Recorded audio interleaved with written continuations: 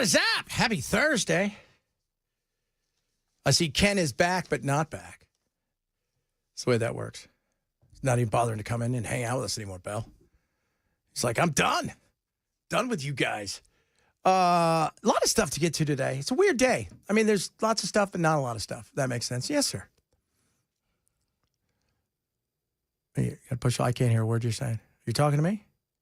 Ken had his mic on, and I didn't have his rail on, so he actually said something. Jeez. Go ahead, Ken. I just said I'm here, but I'm not here. Yeah, I know. Man, you've been gone a day and a half. Place falls apart. All of it. And his weak excuses for not coming into work. It's like, I'm using the sauna, and I don't want to bother, getting out of it right now. I'll just broadcast from the sauna. Man, how is it? Are you feeling good? Are you feeling like you could get back in the saddle this week? Yes. Yeah, I feel highly confident I will be back in the saddle tomorrow. Fantastic. Highly confident. Man, I tell you what, technology sucks. It's not like the good old days, right? Where you lived in a house where you had no air conditioning. Right. And it was made out of mud and some wood. And it got a little hot, a little swamp-assy. But you know what? We did okay with ourselves. Yeah. So, yeah. Right on. I'm kind of living exactly like my grandparents did. Yeah, nobody wants to do that. No, not if you don't have to. And they didn't have to. They just did. Yeah, well, that's just it. Like, you think about, like, every time, like, the lights go out or something, and the kids, they look at, like, what are we going to do? And I think to myself, man, you guys had no idea. You've never been bored. Right. That's a problem, that you've never been bored. Yeah. So it looks like, the part has arrived, and I am just waiting for the tech to arrive and put it in so we can be comfortable in the house again. That's right. Well, you did the smart thing. Instead of the car, you went with the house, and I sent you a car air conditioner. Yeah, dude, I'm going to get me some of those. Did the technician give you a window of between noon and 7:30? It's a little more narrow than that. It's a 2-hour window, and it starts here in about 50 minutes. Right on. And I mean, it can't come soon enough.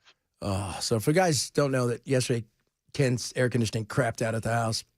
Dude, how was sleeping last night? Was that awful? Last night wasn't that bad.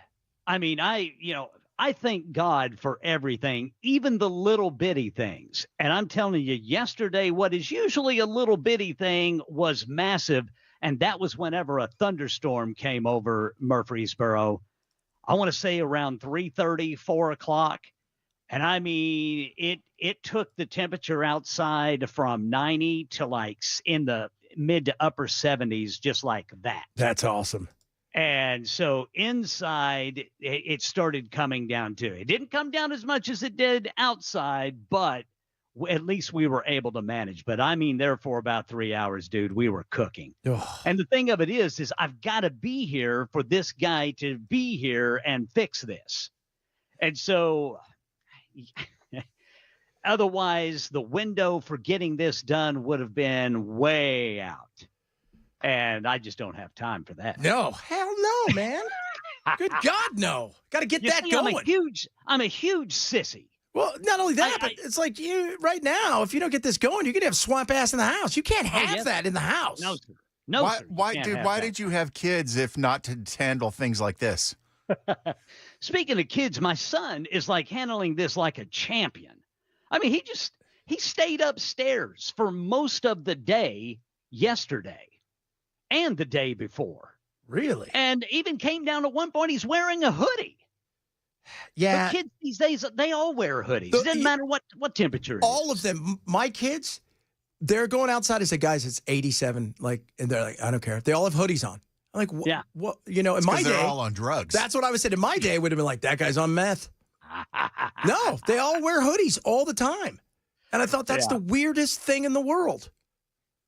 Yeah, although he did say, yesterday afternoon when he, left to go to work, he did say, Dad, he said, think we need to get this taken care of. Oh, finally. I said, we're doing it, son. We're doing it. Finally.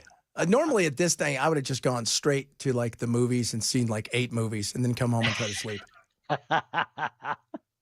Yeah, I had to make a run. Had to run an errand to the store, and thought about just staying there. It'd been nice. It'd been Oh, it nice, was man. beautiful in Ew, there. it's been gross out there. We got a lot of stuff. John Rose is coming on the show today, my man. All right. So we're going to. It'll be Candidate for interesting. governor. That's what he wants to be. He wants to be the governor. We're going to have him on at 1:00 and, find out about him. Introduce yourself to me. I'm a voter. Why should I vote for you? Mayonnaise or Miracle Whip?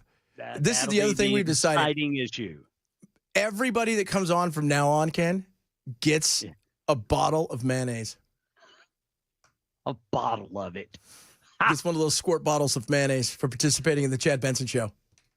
The official product of the Chad Benson Show. Mayonnaise. Mayonnaise.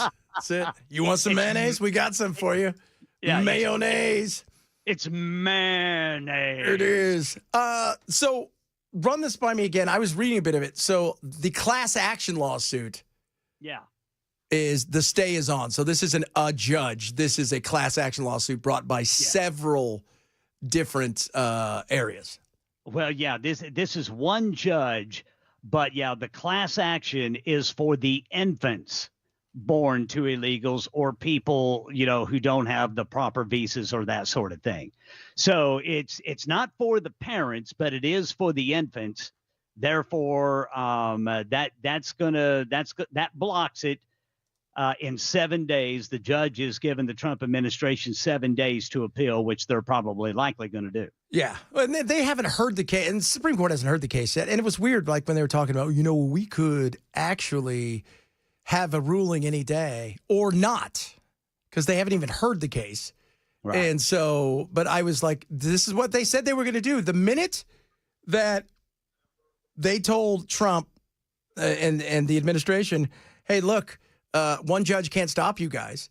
So the minute they did that, they all said, we're going to just have to start filing class action lawsuits. So that must mean if you're born here as of now, I don't know how that, you're not going to retroactively take away their citizenship if you give them a social security card and stuff. That's going to be a weird thing. There's going to be this odd timing in between. Don't you think? Gosh, man, I have no idea. That's going to be, the fight is on. Hey, what about Ruidoso, right? Because you were the cracky for a long time. How many times have you been up there? I never went to Ruidoso. Really? Never made it that way. But it's beautiful there, as you can see. And, it's just like the rest of New Mexico, where, it's a desert, even in the mountains. And when you have wildfires like Ruidoso had last year, and then you have rain like they had the day before yesterday, there's nothing to stop it. No. And it brought everything down with it. And apparently, as I just reported, at first they thought maybe they had 30 to 50 homes that were destroyed. After all of the calls for assistance have finally, come in, they're thinking more like up to 400 homes. Yeah.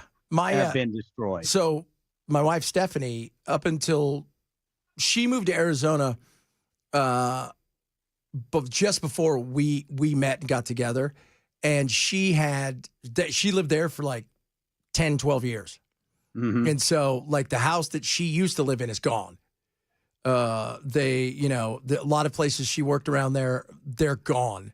Yeah. And it was, but you know what it did too? If you saw any of the video, the speed of which that water moves is, I don't think people realize how fast. I was watching an interview today from a guy who was a bus driver in 1987 in Kerr Valley. And I think it was, what did he say? I think 10 teenagers died. He was driving the bus. He got them off the bus.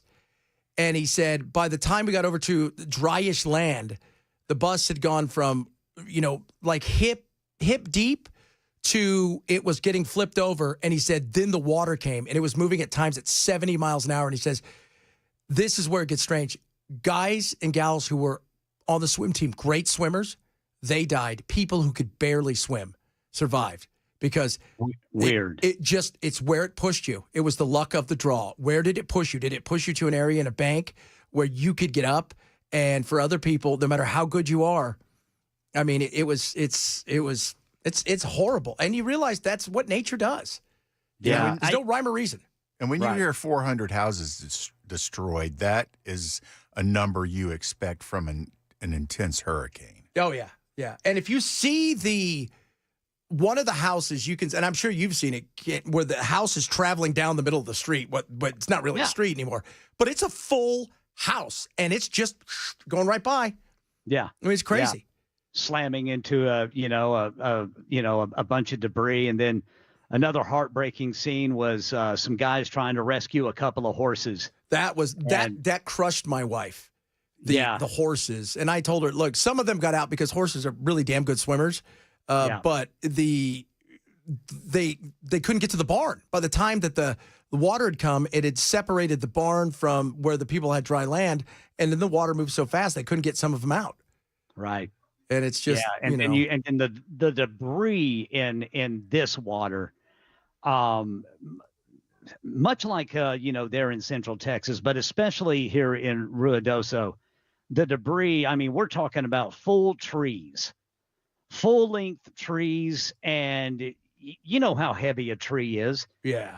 Then that thing is moving in the water, and if you get caught on something like that, if you are unfortunate, kind of like these horses were, and you get snagged up in a tree or something, it's over. Yeah. And the amount of people, like for both of these, because we know there's 3 people dead in Ruidoso, but there's probably more. And then you go and you look over there, they have no idea in Texas. They're up to 120 some bodies that they've recovered. But I was watching Ted Cruz, who actually did a really good job, and I give a lot of crap to Ted, last night on with Piers Morgan, and he was talking about the fact that the problem was it was 4th of July weekend. So it could be 150 people still missing, could be 300, because people were camping up there that you don't know what they're doing. You have no idea that they're up there, how many people are up there. So it was this is going to go on for days, and they're still only about 40% through it. And I saw them talking yesterday. One of the not rescuers at this point, it's body recovery, found a 9-month-old baby, and it's just like, oh my God, just absolutely devastating. We'll have more fun stuff because the snack wrap is back. I promise you that. John Rose coming on at 1:00. I don't know if he's coming in or calling. I'm not quite sure, but he's going to be coming on. Do we have any questions you want to ask him there, Ken? You're going to join in on this. I'll try to think of some. Yeah, because you'll probably have like an adult question. Well, I've actually got to build these newscasts. No, don't worry about it. Just make them up. Nobody cares. Nobody's listening. Yeah. Dude, Ken, just sit on the couch with nothing but your underwear on, get you a jar of mayonnaise, and don't worry about the news. Just eat the mayonnaise. Mayonnaise. I love it. We do have a lot of stuff to get to today. We're going to try to crush it all in. Good stuff, serious stuff, wacky stuff. Ken's back, kind of, sort of. Belle's always here as well. If you're missing the show, make sure you grab the podcast. We are on. So you go to 99.7 WTN, right, for Rumble now. Rumble. It's not. Is it searchable yet? I haven't checked. I tried this morning and I couldn't see it. But you can also check us out, obviously, on YouTube, of course, Facebook, Twitch, Carrier Pigeon, and all the other things. So make sure you check us out across all of said social media and everywhere else. It is Chad Benson Show, Super Talk 99.7.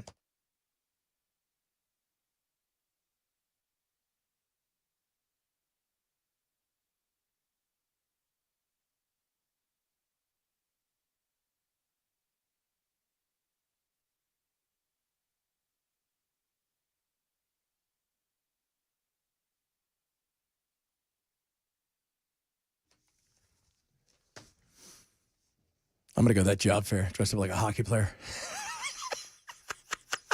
Dressed for the job you want, That's not right. the one you have. Yeah, absolutely. Rough Greens, ruffgreens.com/Chad. Go there now. Get yourself a free Jumpstart trial bag of Rough Greens today. Why is that? Because Rough Greens is amazing. It really is. My dogs have taken it for years. The probiotics, the enzymes are incredible, and it helps so much with the digestive tract, which is important because as your digestive tract works well, guess what happens? Everything works well. It's incredible. So they want you to try a Jumpstart trial bag. Millions of dogs and dog owners love Rough Greens and what it does for their dogs, and you will as well. And here's the other great thing. You don't have to change a thing. You don't have to make them anything special. You don't have to buy any special food. All you have to do is 1 scoop a day. That's it. Try a Jumpstart trial bag of Rough Greens today. It's going to cost you just shipping. It's a $20 value. Go on now and grab that. roughgreens.com/Chad. ruffgreens.com/Chad.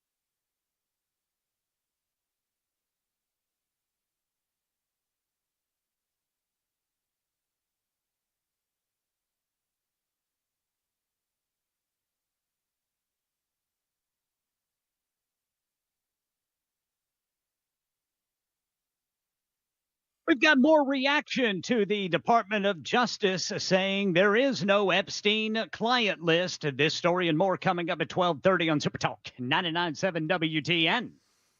Yeah, just keep doing that. No, we're serious. We're serious. There's nothing to see here, folks. Nothing to see. Everybody go home. Okay. I'll take your word for it. By the way, we're going after Comey. And we're going after Brennan, huh? We're going to get some more of that deep state out of there. Well, it feels like you guys are moving some deep state to add to your deep state. And the Comey-Brennan thing, it's interesting. Does it affect your day-to-day life? But is it interesting? The interesting part is what in the regular media is not talking about. So they're going after James Comey and Brennan.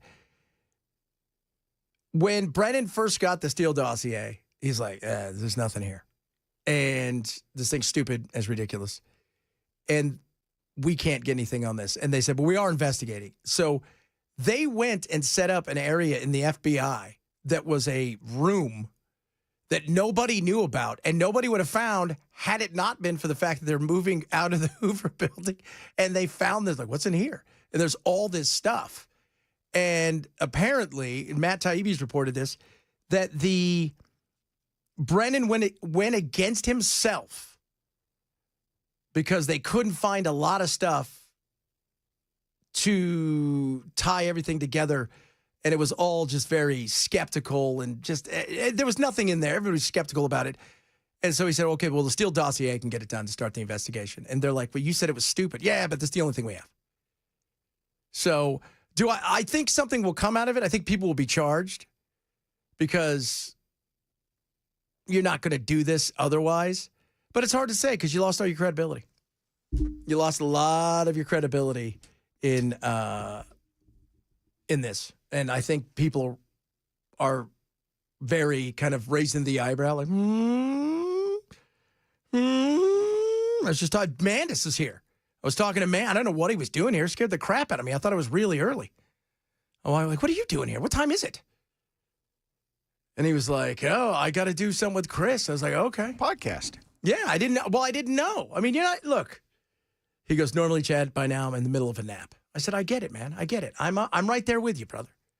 But he and I were talking about the credibility thing, and it's a very interesting to see how they're going to try to fix their credibility as three people who really have lost all credibility.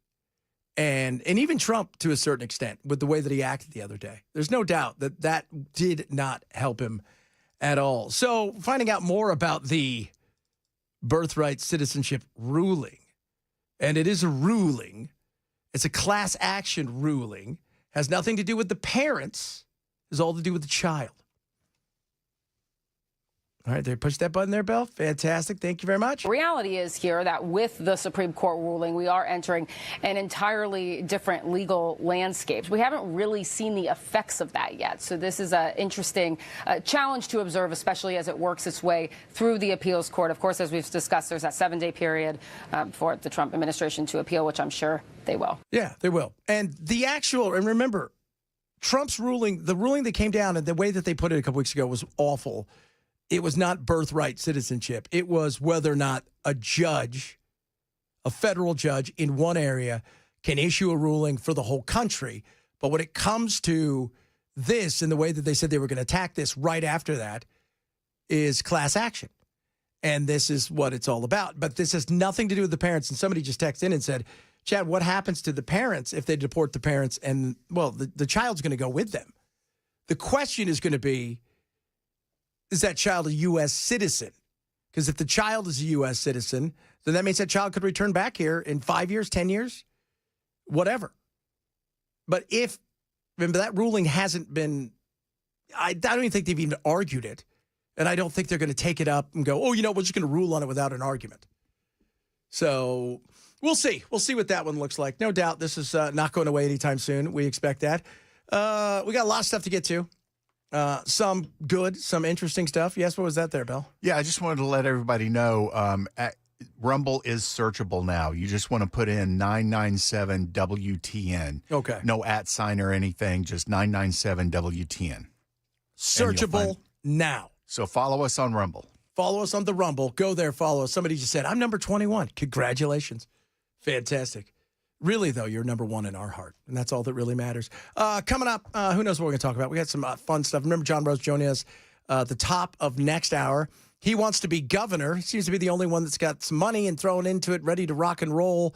And, of course, I think a lot of people are still waiting around to see if Masha gets into it. If you're missing the show, check us out across all of our social media. Grab the podcast. And, yes, go to Rumble if you want to and check us out there. It is Chad Bench Show, Super Talk 99.7.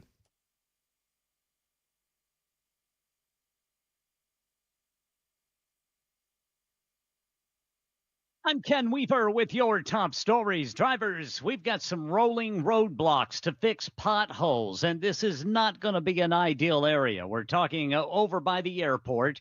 It's impacting 40 westbound at Donaldson Pike. That's going to be exit 216B, doing some pothole repair there, 40 westbound. Got the full forecast coming up in 5 minutes. Tennessee U.S. Senator Marsha Blackburn says she's hopeful information can still be uncovered leading to arrests of clients of Jeffrey Epstein. This is even though the Department of Justice came out and says this week there is no client list. Blackburn released her statement yesterday on X saying, for years I have fought to expose the business associates of Jeffrey Epstein and those who were bankrolling his trafficking ring. This has never been about celebrity. It has always been about achieving justice for the young women and girls who have been trafficked and abused. Senator Blackburn goes on to say, I'm hopeful we can still uncover this information from the financial records to assist law enforcement in locking up whom she calls vile criminals. President Trump's birthright citizenship executive order being blocked nationwide just 1 week after SCOTUS said a single judge's order can't do that. But this particular judge, appointed in 2007 by then President George W. Bush, has granted nationwide class action status to all infants impacted by the order. The judge has given 7 days before it goes into effect to give the Trump administration time to appeal. And the maker of Ritz crackers is recalling 4 carton sizes of Ritz peanut butter cracker sandwiches due to incorrect labeling that could lead to allergic reactions. Apparently, they were labeled as cheese instead of peanut butter, and that can be deadly for people who have that peanut allergy. That's the latest news. Weather's next. I'm Ken Weaver, WTN News.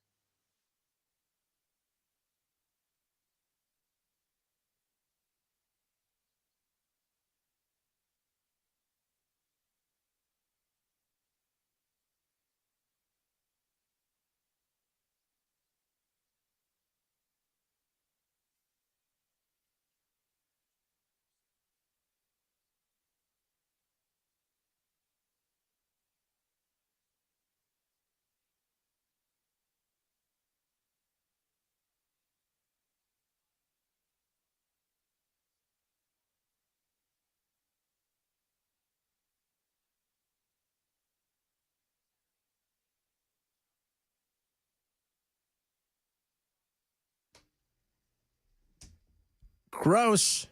Best way to describe it. How's your HVAC? Is it gross? Well, Busy Bee will make it ungross. That's what they do. They got all kinds of great things over there. But right now, how about this? They've got great deals throughout the month, including the Busy Bee Smart Wi-Fi water shutoff valve installed by their techs. Amazing. Ready for this? $12.49. Just this month only. And then if you want to upgrade your comfort indeed with a new HVAC system, and you're going to get a free air duct fogging and UV light home treatment. If you need cleaner air, they've got great middle tier duct cleaning. You buy that, they're going to upgrade you to deluxe for free. Top of that, they've got thousands of dollars off everything from whole home water and drain line replacement, $500 off Halo 5-hole home filtration systems. Say that 5 times fast. And they're even going to waive the dispatch fee when you book service with Busy Bee. And here's something that's incredible. Join the Beehive Club. You buy a membership, you can gift one to a neighbor. Because you know what, kids? Neighbors matter. It's true. They've got everything from financing, all kinds of things ready for you. So what are you waiting for? Call Busy Bee today. Heating and cooling. Let's not forget about that. Plumbing. Let's not forget about that. 775-7833. 775-7833. Or visit busybeehvac.com. Jesus came to earth the first time to save the world. The next time he comes will be to condemn the world and those who have refused to accept him as their Lord and Savior. Christians are co-heirs with Christ and possess full rights as sons and inherit salvation, eternal life, the earth, the kingdom of God, and all things. If you're not a Christian and have wondered about eternal life, God may be drawing you. Accept Jesus Christ as your Lord and Savior, for only God can save you. No matter what I've ever done. No matter what I've ever done. No matter what I've ever done. No matter what you've ever done. But what about? No matter what you've ever done. Even if? You are no longer condemned, no matter what you have ever done. Non-cancelable, guaranteed reservation in heaven when you accept Jesus Christ as your Lord and Savior. Learn how now.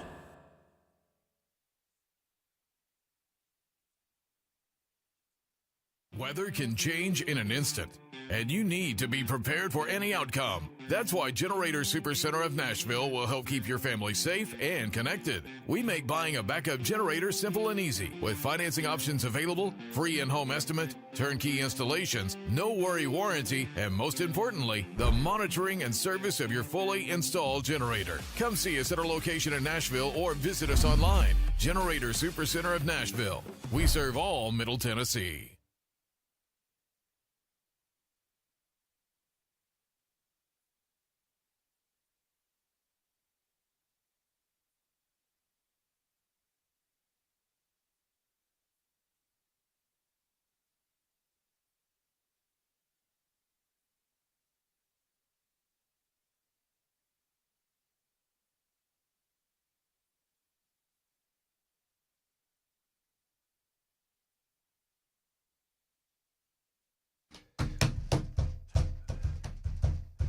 Rocking out. I just get a text. Somebody says, hey, tell Dan to stop trying to kill the state animal. I'm like, what are you talking about? Dan's doing what? Does he know this? The only way Dan's killing a state animal is if he runs it over with a car or it comes in his house and dies. Well, he's napping. I love Dan, but he's not very nimble. It's because he's giving too many hugs. That happens. But yes, somebody also. So if you do search on Rumble, 99.7 WT and one thing. A lot of people are putting the a space or something. No, just one thing. I can't hear a word you're saying. You could be talking to me. Don't know what you're saying. Got to push the buttons. Turn yourself on. Put yourself in the right queue.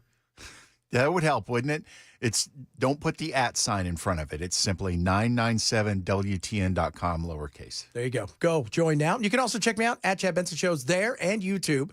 So like and subscribe for mine. I really appreciate it if you do that.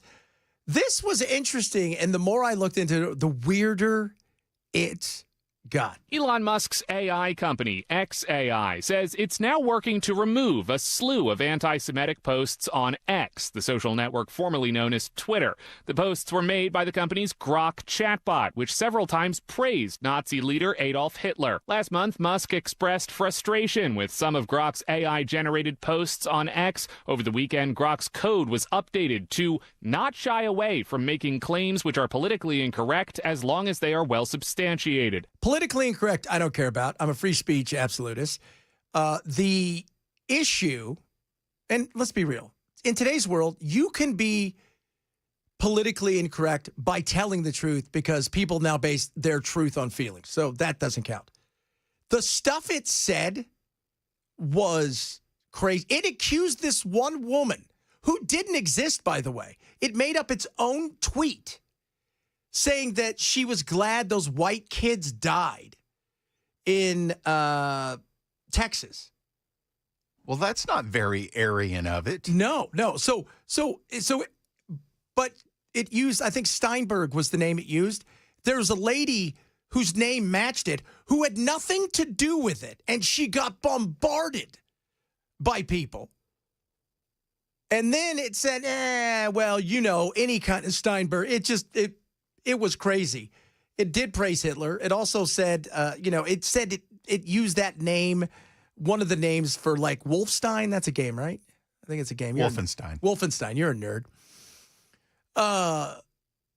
It was insane. And my uncle and I were talking about this last night. And I said, this is what a lot of these AIs are. And he got pissed on last week because it kind of, as he said, got woke. So they went in and reprogrammed it. And it only took a couple days for it to go sideways fast. Right? Like they must have just right to Kanye. Just like, Kanye, what would you put here? It is like, have you seen The Omen 2? Not the first Omen, The Omen 2. But it's been years. Where the kid's like 10 or 12. And that's when he realizes, okay, he's the devil.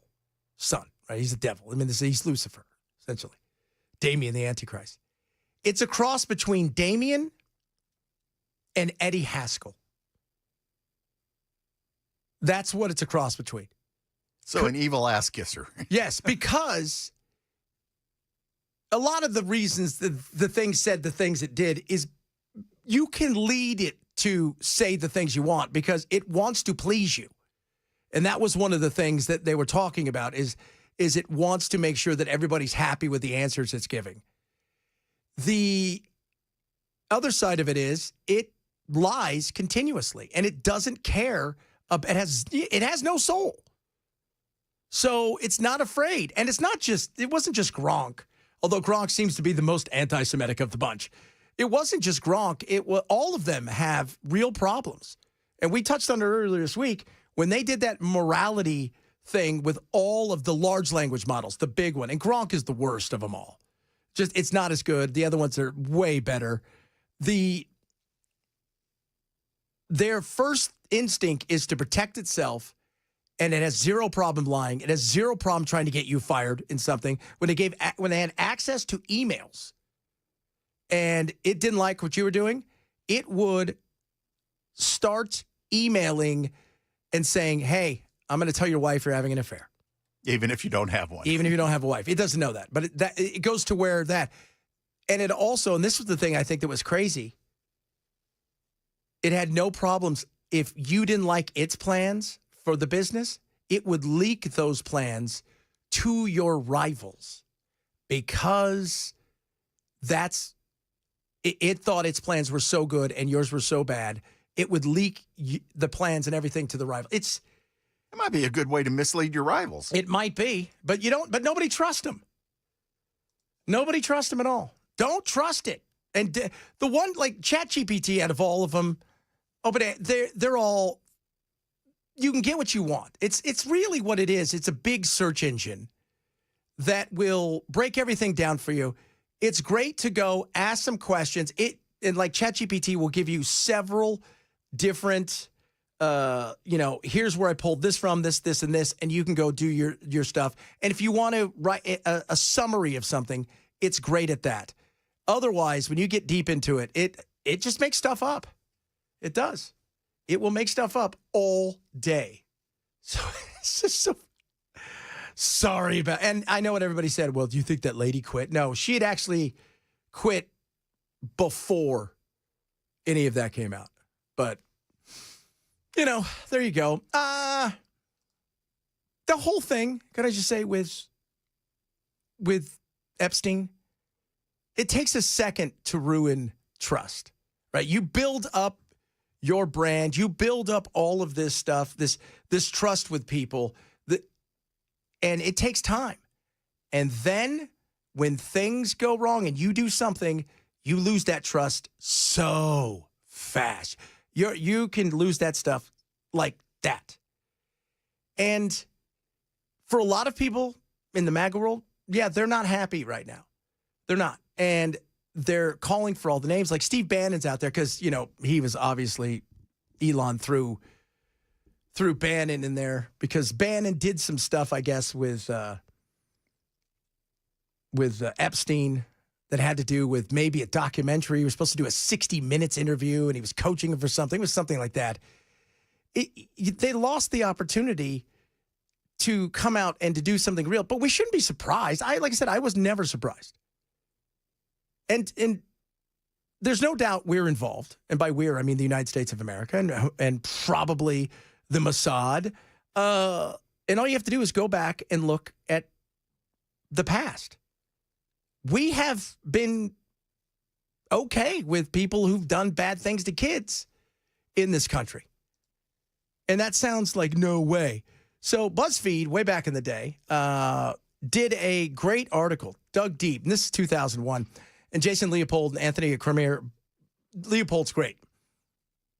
They declassified the CIA inspector, and Leopold, everybody calls him he's the, he goes and gets his Freedom of Information Act as much as he possibly, the FOIA. This guy's the FOIA guy.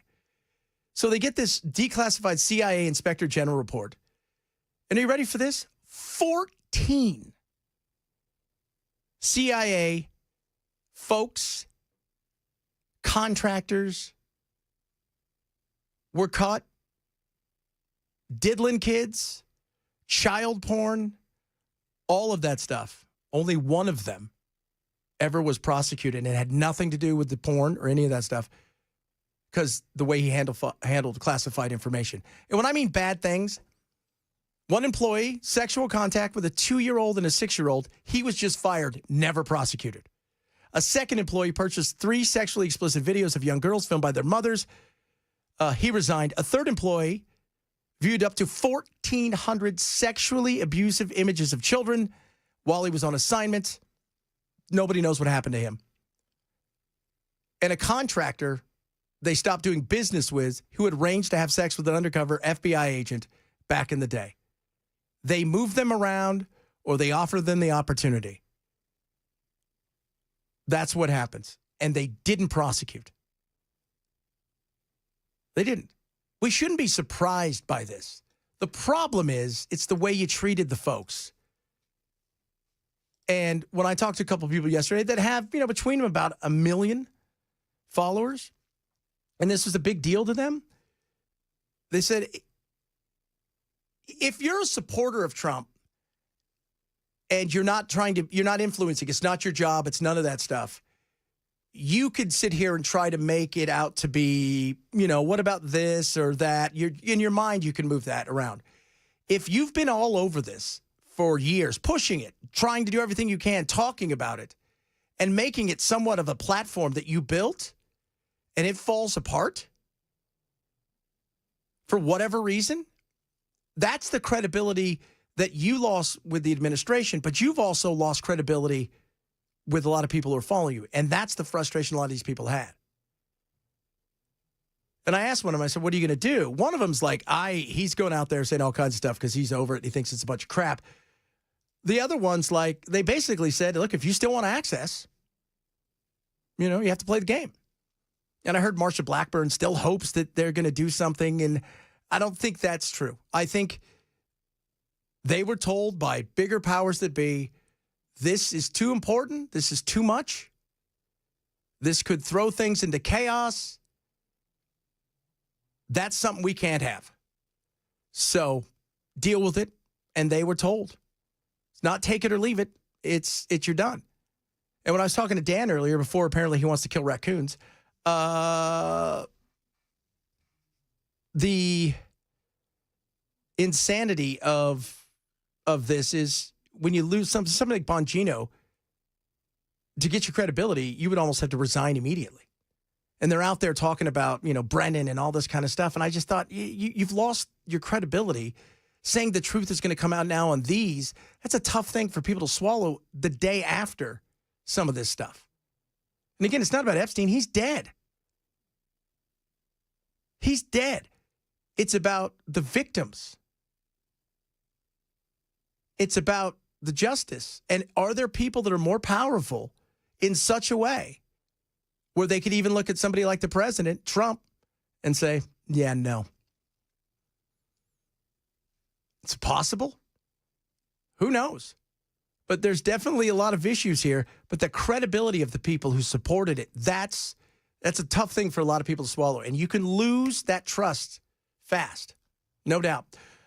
So I had no idea that Dan wanted to kill raccoons. Trash pandas. That's their Latin name. They're awesome. They are so awesome. I keep telling my wife I want a trash panda. Are you talking to me, Bill? You trying to figure that out? It looks like you're always looking like you're trying to push buttons. How did Dan say he was going to kill the raccoon? I have no idea. With his bare hands? No, God, please. It says Dan has a coon problem as the trash pandas are getting into the trash, and they were making jokes this morning about shooting them. And I'm like, oh, well, he should go talk to you because you like shooting animals. No. Only turtles that eat my fish. Only turtles that eat your fish. Oh, my Lord. So well, if they don't eat your fish, whose fish are they supposed to eat? I don't know. That's somebody else's. The chicken of the sea. Remember that? You know what they need to do with those trash pandas? They need to get some locks on their lids. That'll take care of that in a heartbeat. They're sneaky, though, man. They'll probably just pick the lock. They are, dude. They really are. They're very smart animals. They're great. I've got some friends who have some trash pandas, and I keep telling my wife I want a trash panda, and she's like, no. And I'm like, come on. And she would like one too, but it's a weird thing because they got those little hands. Yes. Man, you give something a thumb, the world changes fast. Yes, it does. Coming up, a lot of good stuff. By the way, I kind of agree with PETA on something. We'll talk about that, among other things. It is the Chad Benson Show, Super Talk 99.7.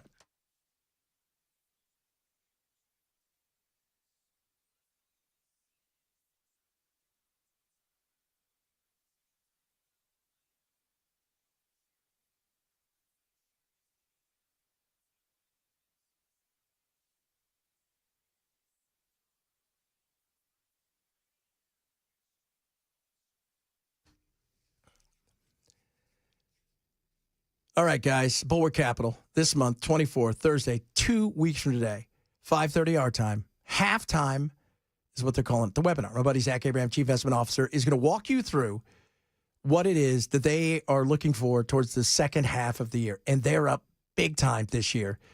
It's crazy. And they're going to show you what they're all about at Bulwark, whether it's your investments, your retirement, whatever it is.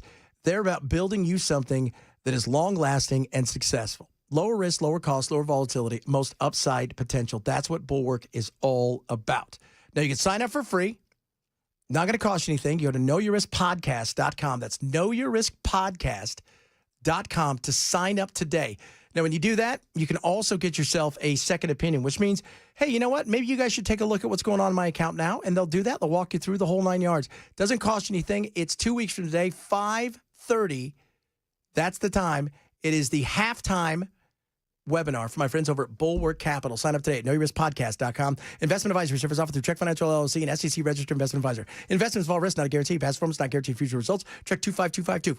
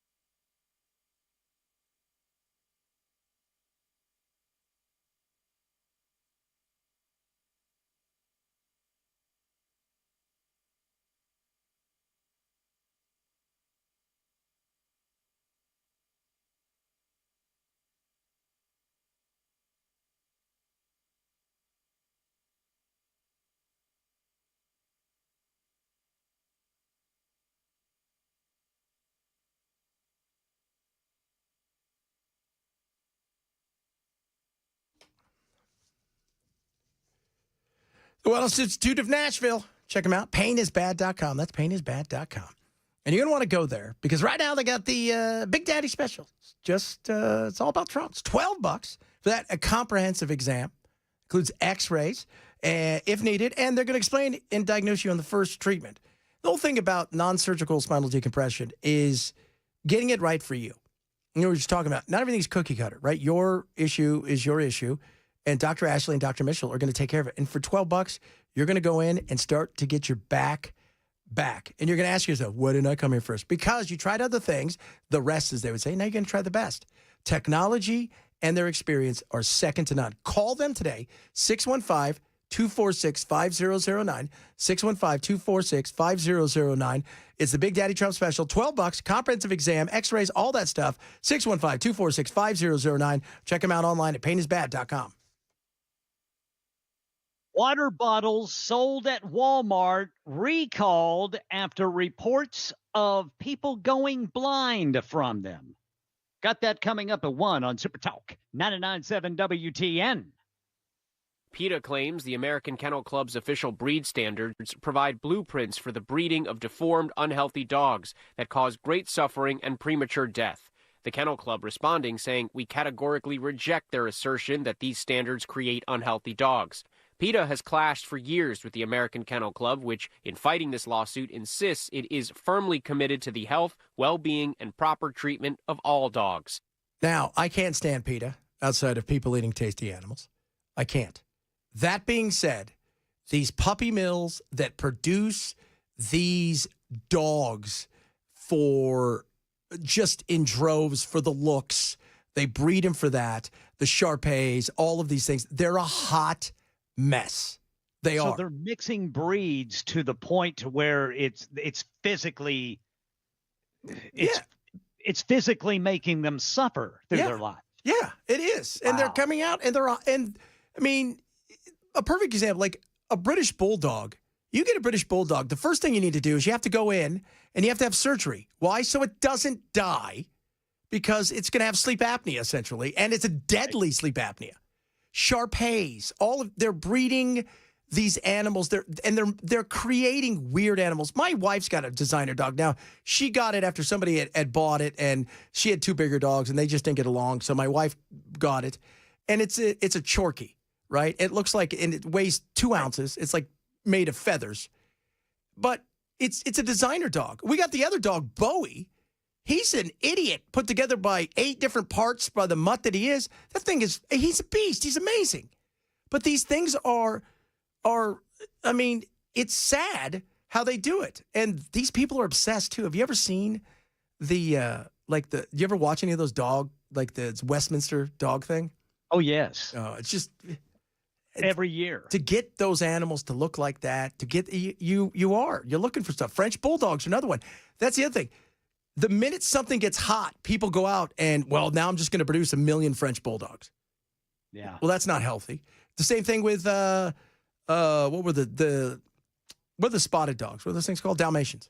Dalmatians, yeah. That was the hot thing for a while. Except here's something about Dalmatians if you guys don't know. They hate kids. Yeah, I've heard they do not like kids. No, they don't. So especially those little kids that'll pull ears and stuff like that. It's sad because these things are super expensive. Great Danes, the bigger the size, we'll get the 2 biggest ones to breed, and we'll do it. And you finally get to a point where, yeah, they're right. People are breeding them. And the guy that came up with the first designer dog was the Golden Doodle or whatever it was. He regrets it now, and he did it because it was to help some people with allergies. It's supposed to be like a hypoallergenic dog or something like that.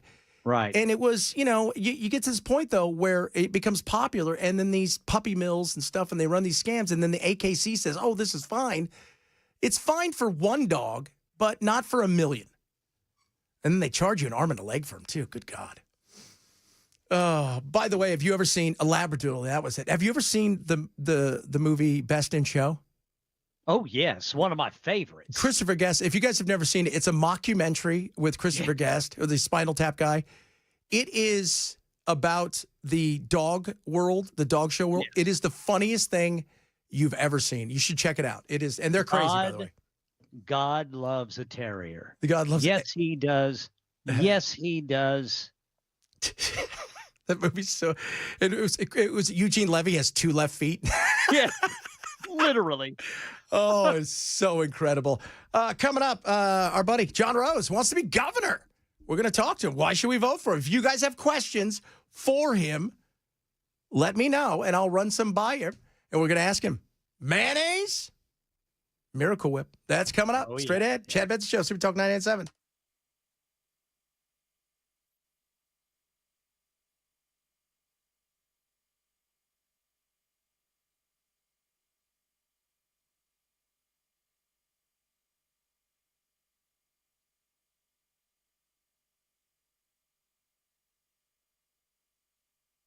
One o'clock on the dot. I'm Ken Weaver with your top stories, tracking some scattered showers and thunderstorms right now in Middle Tennessee, mainly north of I-40. They're not as heavy as they were earlier today. Right now, we do have Ashland City is getting some of the heaviest rain out there, but it's very spotty, and most of it is light. However, you can't rule out periods of lightning and thunder if they do develop. There's about a 30% chance that you might see it in your area, which means it's not a complete washout today. It's just going to be the pop-up variety. Got the full forecast coming up in 5 minutes. Around 850,000 water bottles sold at Walmart have been recalled. This is after reports of 2 people going blind from them. This is the Ozark Trail 64-ounce stainless steel insulated water bottles. These bottles have been sold both in stores and online since 2017 for about $15 a piece. Well, now the Consumer Product Safety Commission says the lid of the bottle can forcefully eject when someone tries to open it after food, carbonated beverages, or perishable beverages like juice or milk are stored in it over time. So far, Walmart says it's received 3 complaints of people hit in the face by the lid when opening the bottle, with 2 of those people suffering permanent vision loss afterwards. So if you have purchased one of these recalled bottles, you're asked to stop using it. Contact Walmart for a full refund. Ford is recalling up to 850,000 Mustangs, SUVs, and trucks because a low-pressure fuel pump failure, which can lead to an engine stall. And that can increase the risk of a crash, as we all know on the interstates here in Middle Tennessee. The vehicles affected include 2021 to 2023 model Ford Expeditions, Explorers, Broncos, Mustangs, Lincoln Navigators, and F-150 and 250 trucks. Ford says the vehicles may show warning signs such as engine misfiring or running rough, the check engine light coming on, or reduced engine power. And Tennessee U.S. Senator Marsha Blackburn says she's hopeful that information can still be uncovered leading to arrests of clients of Jeffrey Epstein, even though the Department of Justice says no client list exists. Blackburn released a statement yesterday on X that says for years she's fought to expose the business associates of Jeffrey Epstein and those who were bankrolling his trafficking ring. This has never been about celebrity. It has always been about achieving justice for the young women and girls who have been trafficked and abused. Blackburn goes on to say she's hopeful that we can still uncover this information from the financial records to assist law enforcement in locking up vile criminals. That's the latest news. Weather's next. I'm Ken Weaver, WTN News.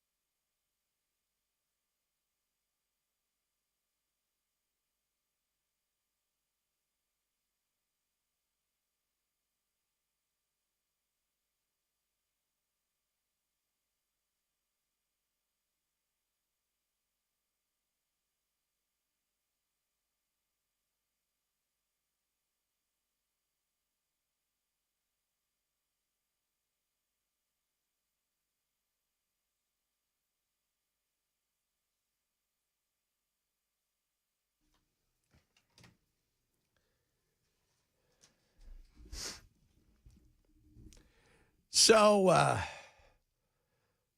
this guy wants to be governor.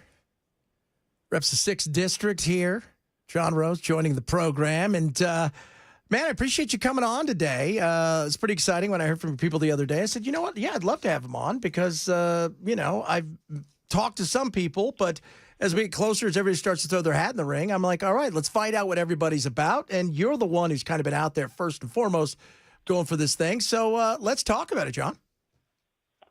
Well, Chad, thanks for having me on the Chad Benson Show today. Always a pleasure to join you and join the station, and so I appreciate that. You're right. I'm actually the only candidate in the race, and it's been that way now for 3+ months. And so I'm, a farmer, Christian, businessman, father, and a conservative outsider who is, offering myself to the people of Tennessee to be the next governor.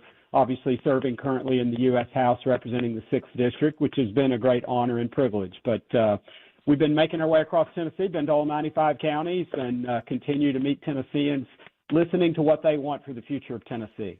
So if somebody's just turning on and going, all right, well, I got to get our bearings, who are we going to vote for? Because I think a lot of people are waiting for Marcia. Marcia, is she or isn't she? I think that's a lot of people are waiting, but you jumped into it and you've got kind of this head start. If you want to introduce yourself and you've got like that elevator pitch, John, like what is it that you could say to the people, why you?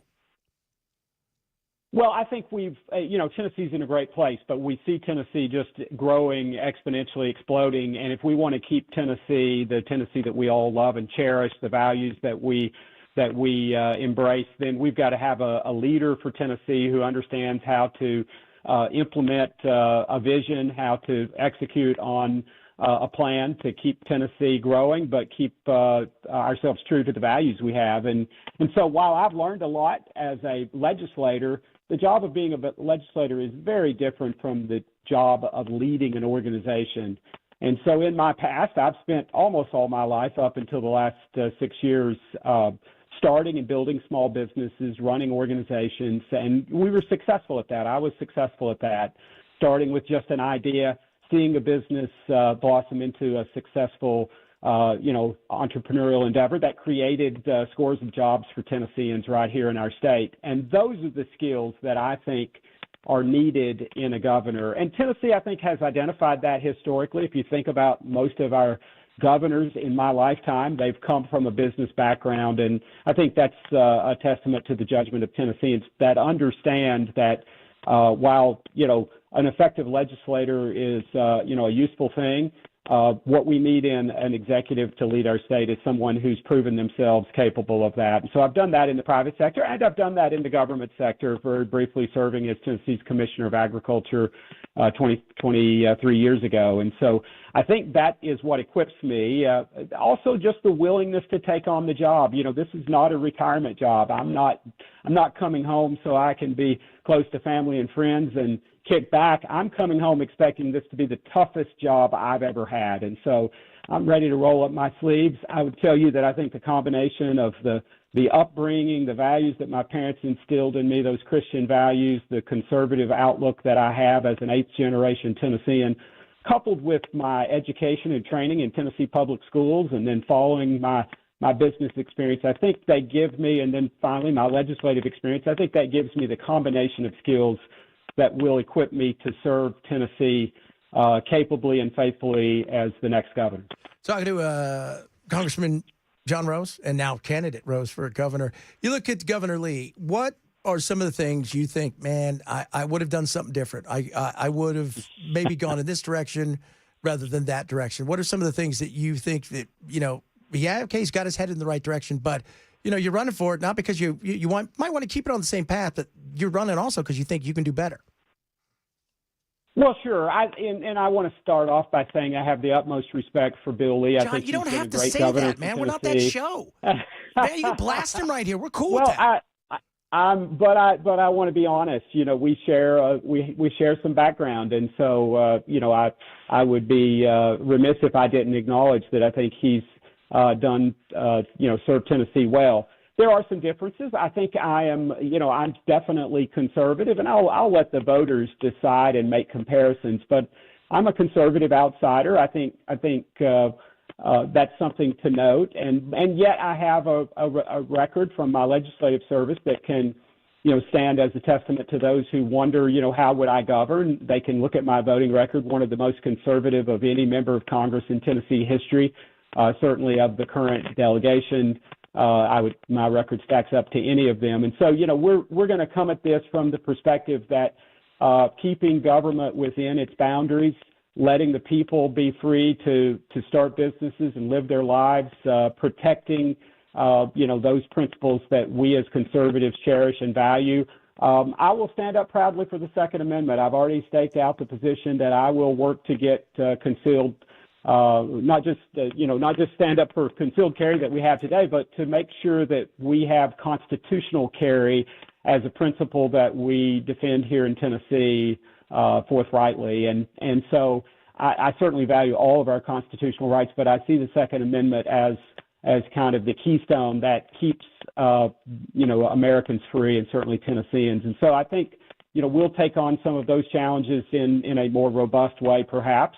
But again, I don't want that to be viewed as a criticism of Governor Lee, but rather, a testament to what I would see as the issues that I would want to pursue if the people of Tennessee choose me to be their next governor.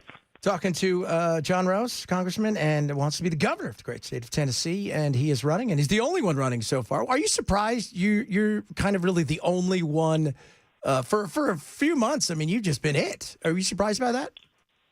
A little surprised. When I got in on March the 20th, it was not necessarily early by historic standards. Many of our successful candidates in the past for governor in Tennessee have gotten in earlier.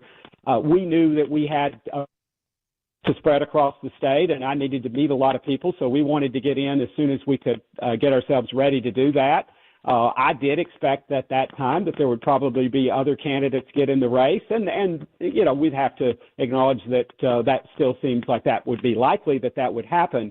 But I will tell you now it's late.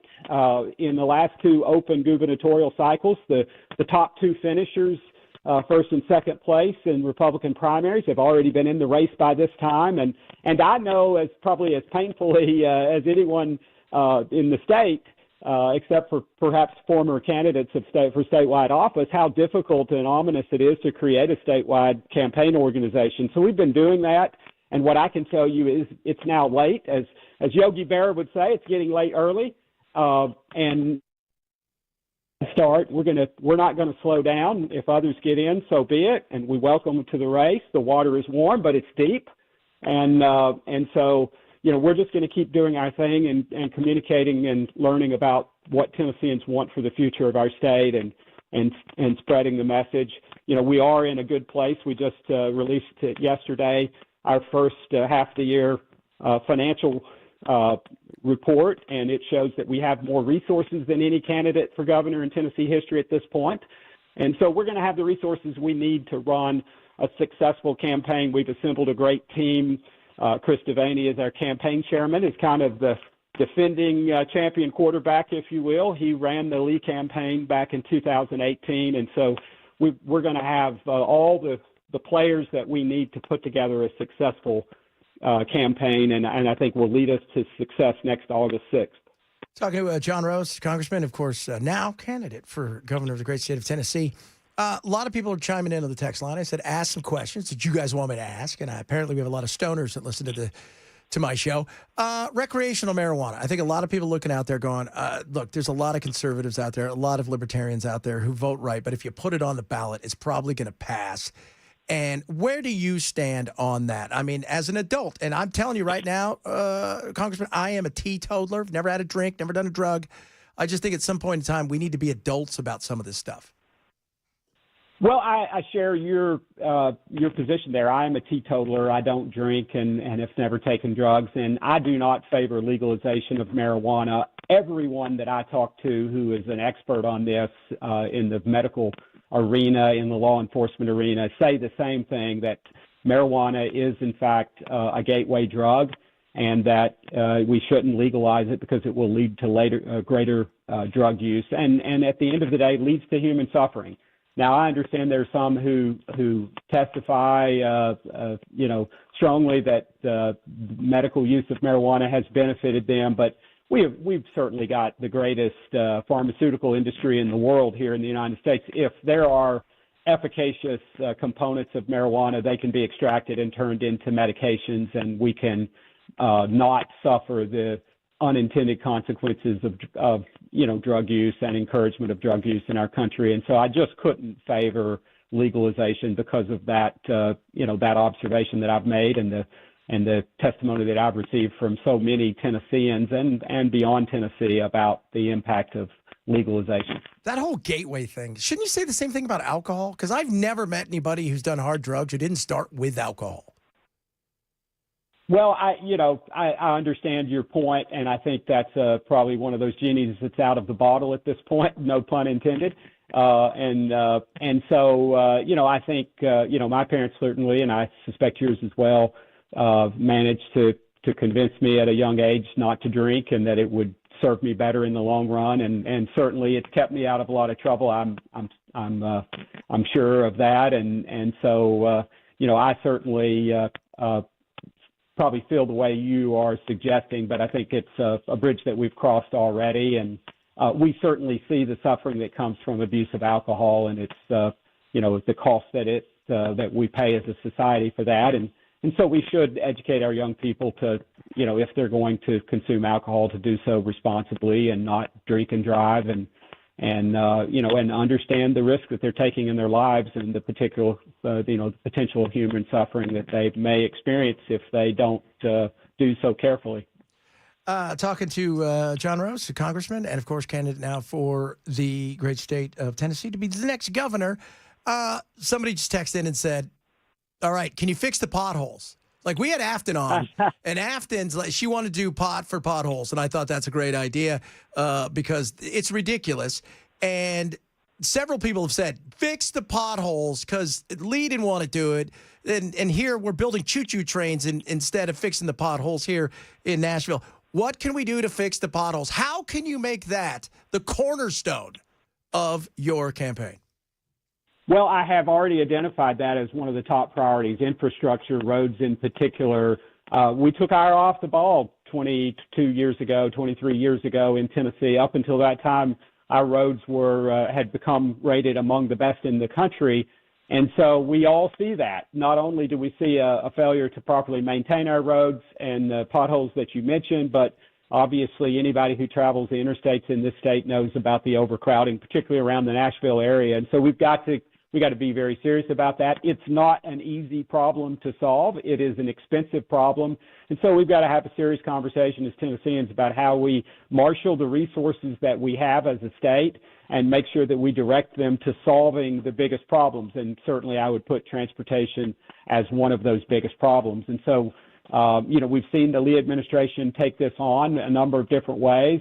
I think it'll be a big challenge for the next governor. We all see the list of backlog of road projects. I think now some estimates as high as $30 to $40 billion in construction project backlogs that we have in Tennessee. And so that's a conversation I'm having as I travel across Tennessee. And I will tell you, it doesn't matter where you are in the 95 counties of Tennessee, that problem is understood and in focus for Tennesseans.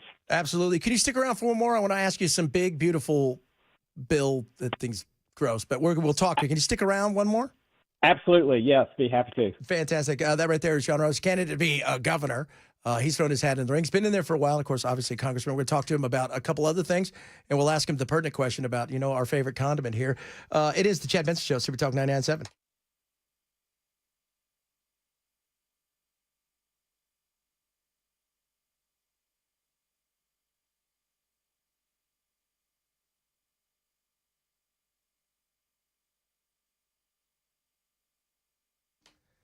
Rough Greens, RUFFgreens.com. Vitamins, minerals, probiotics, omega-3, 6, 9, all these incredible things packed into an amazing supplement to give you dog on a daily basis. Digestive tract. If your digestive tract is good, everything is good. This is the best thing for it. Enzymes, probiotics, living things. And here's the other great thing. Millions of people have trusted this for their dogs, and it works. Dr. Dennis Black, the naturopathic doctor who formulated this, understood that. This is going to help your dog in so many ways, from aches and pains of their joints to their skin and their fur and energy levels and beyond. Try a Jumpstart trial bag. $20 value. All you have to do is cover the cost of shipping, get it free. And here's the other great thing, and I love this. You don't have to change a thing with your dog's food. You don't have to do a darn thing with your dogs. All you have to do, and this is it, just sprinkle this on top of your dog's food that you're giving them right now, and watch what happens. Try a Jumpstart trial bag of Rough Greens today. I have my dogs on it, and they love it. ruffgreens.com/Chad. ruffgreens.com/Chad.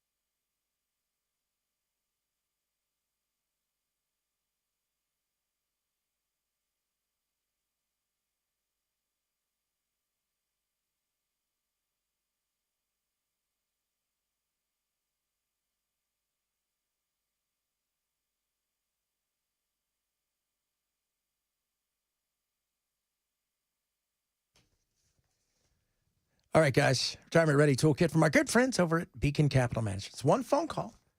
And next thing you know, you're talking to somebody who cares about not just the dollars and cents, but your entire retirement. Includes things like taxes, estate planning, long-term planning, healthcare, things of that nature. That's what they're all about. It's not just about the dollars and cents. There's many things to think about that makes your life easier when you retire. So when you call 615-488-9303, they're going to get you out a Retirement Ready Toolkit. Now, in it, you're going to get a Money Enough for Life book, retirement planning checklist, a maximizing your retirement income white paper, no cost, no obligation, and no pressure. They're about being your full-service investment advisor. So whether you have fear of taxes, fear of running out of money, whatever it is, let them get you through it. Call Beacon today to get that Retirement Ready Toolkit, 615-488-9303, or online at AskBeaconNow.com. Water bottles linked to blindness, got a Ford recall, and the U.S. government's plan to fight a flesh-eating maggot, all coming up at 1:30 on Super Talk 99.7 WTN. My goodness, it's all happening.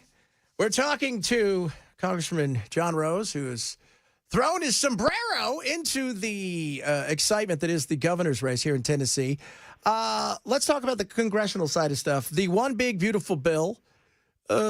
Some of it I liked, man. I got to be honest with you. Some of it I thought was, we're spending a lot of money. A lot of the stuff out there is, I wasn't thrilled with, including the whole Palantir stuff, which really not a lot of people are talking about. But you seem to, I mean, you voted for this, but you like it? Well, I think you start with the most obvious thing is the one big, beautiful now law delivers the largest tax cut for working and middle-class Americans in history. For a family of four in Tennessee, $11,700 annually in tax savings and benefits that they're going to receive. So, you know, that's a lot to wrap your head around. If we hadn't done this, to put it another way, next January 1st, we would have had the largest tax increase in American history. And consider that every Democrat in the Congress, House and Senate, voted for that by voting against the one big, beautiful bill. And so I think that's the starting point. I think, though, the real key here is that are two things that I would observe, and there's a lot to talk about. The biggest tax or the biggest spending cuts also in American history. Is it enough? No. But it's a very good first start, and we get to do this two more times if we manage, if we manage Congress correctly. We can do reconciliation two more times. So I think it's a good first bite to get 1.6, 1.7 trillion by some estimates in savings. And then the next observation I will make is that we need to supercharge the American economy. You know, if you look at the way this bill got scored, the The Congressional Budget Office said that they're going to presume economic growth of just 1.8%, which is below the near-term average. And so, we think that giving businesses and Americans this certainty about their future tax bills, the other provisions of this bill are going to supercharge the American economy. And so you're going to see robust economic growth. And at the end of the day, that's how we get America out of the fix that we're in, is by growing the American economy, generating more prosperity to go around for everyone. And ultimately, that will generate more revenue for government, help us get our deficits under control, eliminate them, hopefully, ultimately, and get America back on track. So I think this can be an American century, and I think it all starts with President Trump's one big, beautiful law. Well, I look at it, and look, there's some stuff in here I really like, but it doesn't matter if we continue to spend. I say this all the time. Everybody is great with a cut. They never want to cut the stuff that they like. And that's always my issue is at some point in time, we're going to have to go, either we're really going to get spending under control and not hope that everything goes perfect, or we're going to have to tighten our belts. And, if we talk about the fact that we're worried about how big the debt is and the fact that it's becoming as big as all of our other entitlements just to pay down the interest on the debt, we got to figure something out, man. Absolutely. So, $37 trillion or so in debt at this point, and interest last year of $1 trillion, more than we spent on national defense, and that's unsustainable. And so that's why we do have to get this under control. I think the One Big Beautiful Law gets us started in that direction. You're right. It's tough, and every American has a part in this. We have all got to make some sacrifices. We've all got to be willing to give up something. And so ultimately, there's a lot of work to be done there. I don't want to misrepresent this to anyone. The analogy is always used that changing the budgeting of the United States is like turning an aircraft carrier. You cannot do that on a dime, but you have to start. And we have now started. I mean, this is not prospective anymore. This is the law of the land. I got to be there at the White House with the president on July 4th to see him sign this into law. I was so proud to be there. And be a part of that and be a part of helping get this across the finish line. Again, it's not perfect. Nothing Congress is going to produce is going to be perfect. I'm sure we'll find some things that we didn't even realize.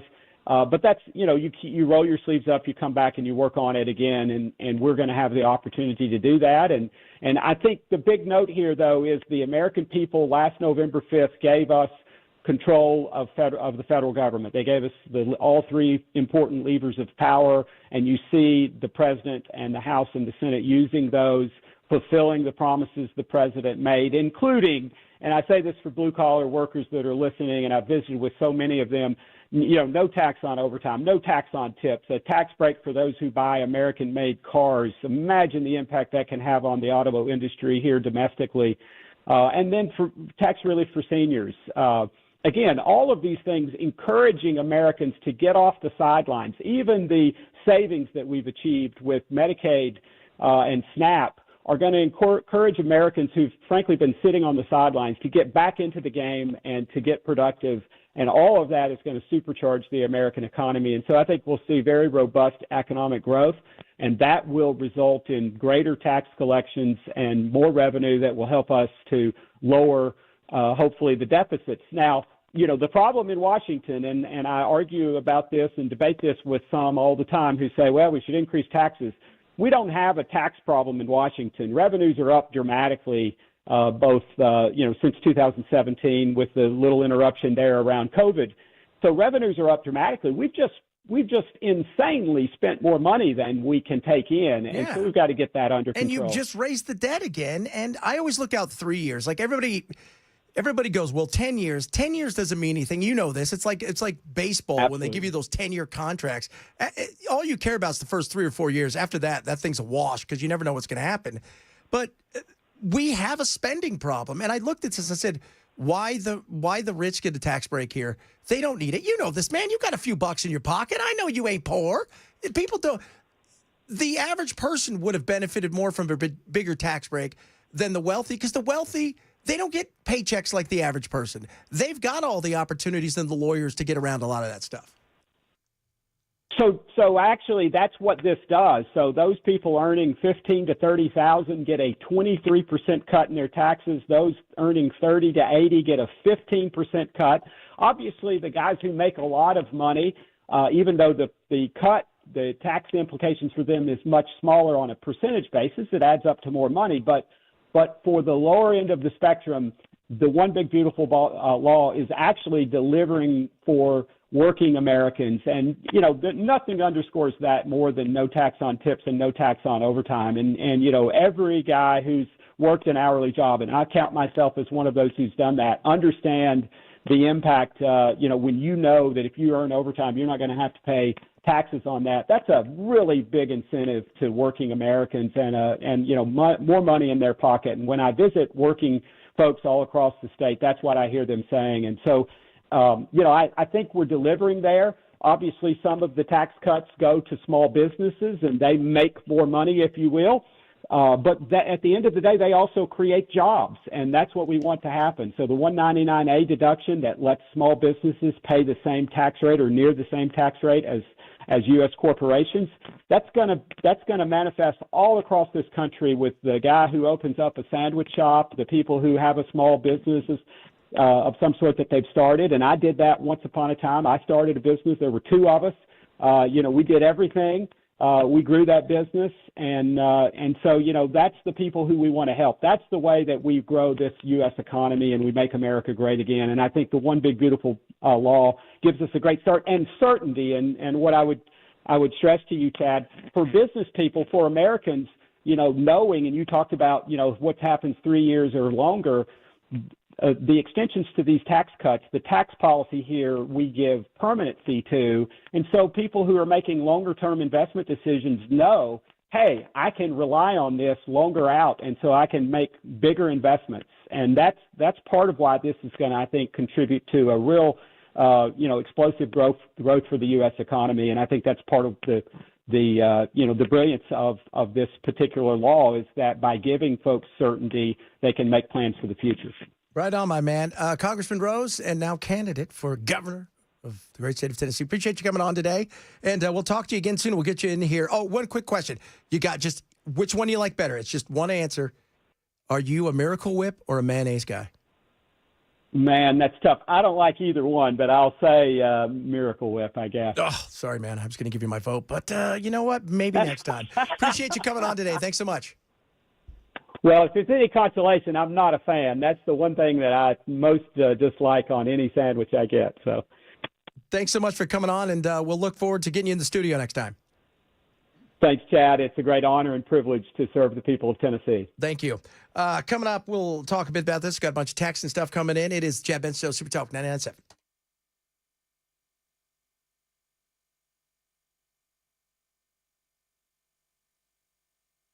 I'm Ken Weaver with your top stories. Looking at radar, there are some scattered showers out there, very widely scattered. Couple of pockets of some pretty heavy rain embedded in some of this. Right now, the heaviest is right in between Smyrna and Murfreesboro, just east of 24 to the southeast of Nashville. And folks there are getting a little relief from the heat today. It's about a 30% chance statewide for any type of this activity. But right now, those folks right in between Smyrna and Murfreesboro, it's 100%. Got the full forecast coming up in 5 minutes. Got a water bottle recall to tell you about. And this one, apparently the lid pops off and has been linked to 2 people hit in the face and blinded. Walmart says around 850,000 Ozark Trail 64-ounce stainless steel insulated water bottles are affected. They have been recalled. You can take them back to the store, check with them online for a full refund. What officials say happens is the lid of this bottle can forcefully eject when a user attempts to open it after food, carbonated beverages, or perishable beverages like juice or milk are stored in it over time. Been a recall of thousands of vehicles, which could stall and cause a crash. Ford recalling up to 850,000 vehicles because of a low pressure fuel pump failure that can lead to an engine stall, which can increase the risk of a crash. Ford says the affected vehicles may show warning signs such as the engine misfiring or running rough, the check engine light coming on, or reduced engine power. These are the 2021 to 2023 models, Ford Expeditions, Mustangs, Explorers, Broncos, Lincoln Navigators, and F-150 and 250 trucks. And President Trump's birthright citizenship ban has been blocked again. A federal judge in New Hampshire granting class action status to infants. Judge Joseph LaPlante, a 2007 nominee of then President George W. Bush, giving the administration 7 days. And during that time, the president and the Trump administration indicates they will appeal. That's the latest news. Weather's next. I'm Ken Weaver, WTN News.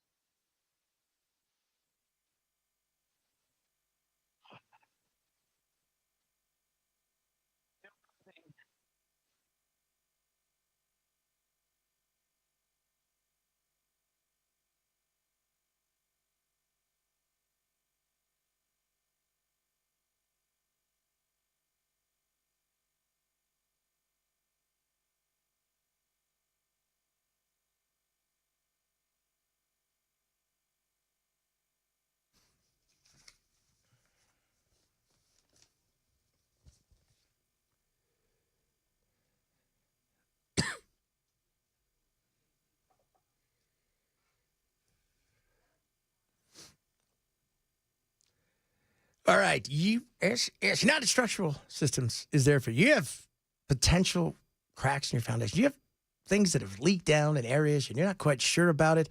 And we had that winter. And the next thing you know, we've had all this rain. It starts building up. And all of a sudden, inside of there, what happens? Wood rot, mold. Trust me, we've gone through the mold thing at our apartment. It is a nightmare. Do not let that happen. I want you to call USS. They'll come out. They're not going to charge anything. Absolutely free inspection. And they're not going to sell you anything you don't need. They're simply there to help. 30 years in business and 30,000 happy customers and counting. Call 615-488-7855. Doesn't matter what's going on. Sometimes I think, you forget that underneath, you think it's no big deal, is where a lot of stuff's happening that could be nasty and bad. So if you got those visible cracks, right, whether it's the basement floors or the walls, and you haven't taken care of some of that stuff, you don't know what's happened underneath there. So don't let it get to the point where you're looking at all kinds of stuff, foundation and everything. Stop it before it starts. USS helps you with that. 615-488-7855 or online at USSTN.com.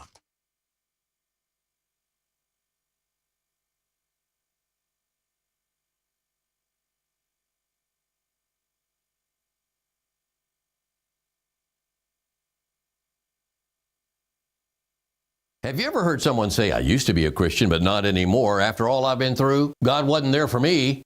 Here's what the Apostle John said in the early church about false teachers in 1 John 2:19, about those who leave the Christian community. They went out from us, but they were not really of us. For if they had been of us, they would have remained with us. But they went out so that it would be shown that they all are not of us.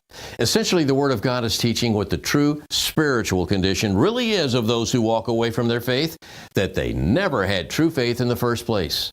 Their true spiritual status is that of a false Christian. And when I say spiritual status, I mean Christ-like status.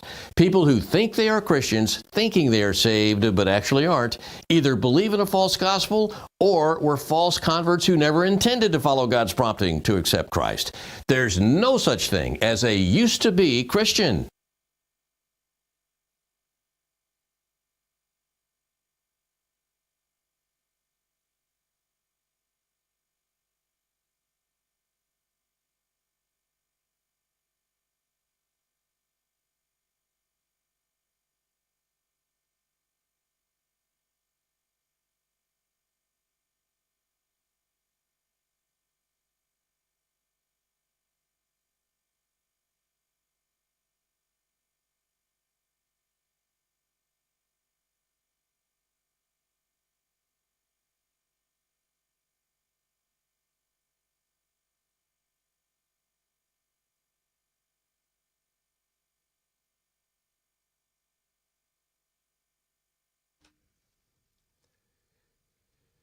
Oh, got some of your texts, but at first, Ken, are you there? Can you hear me? Ken.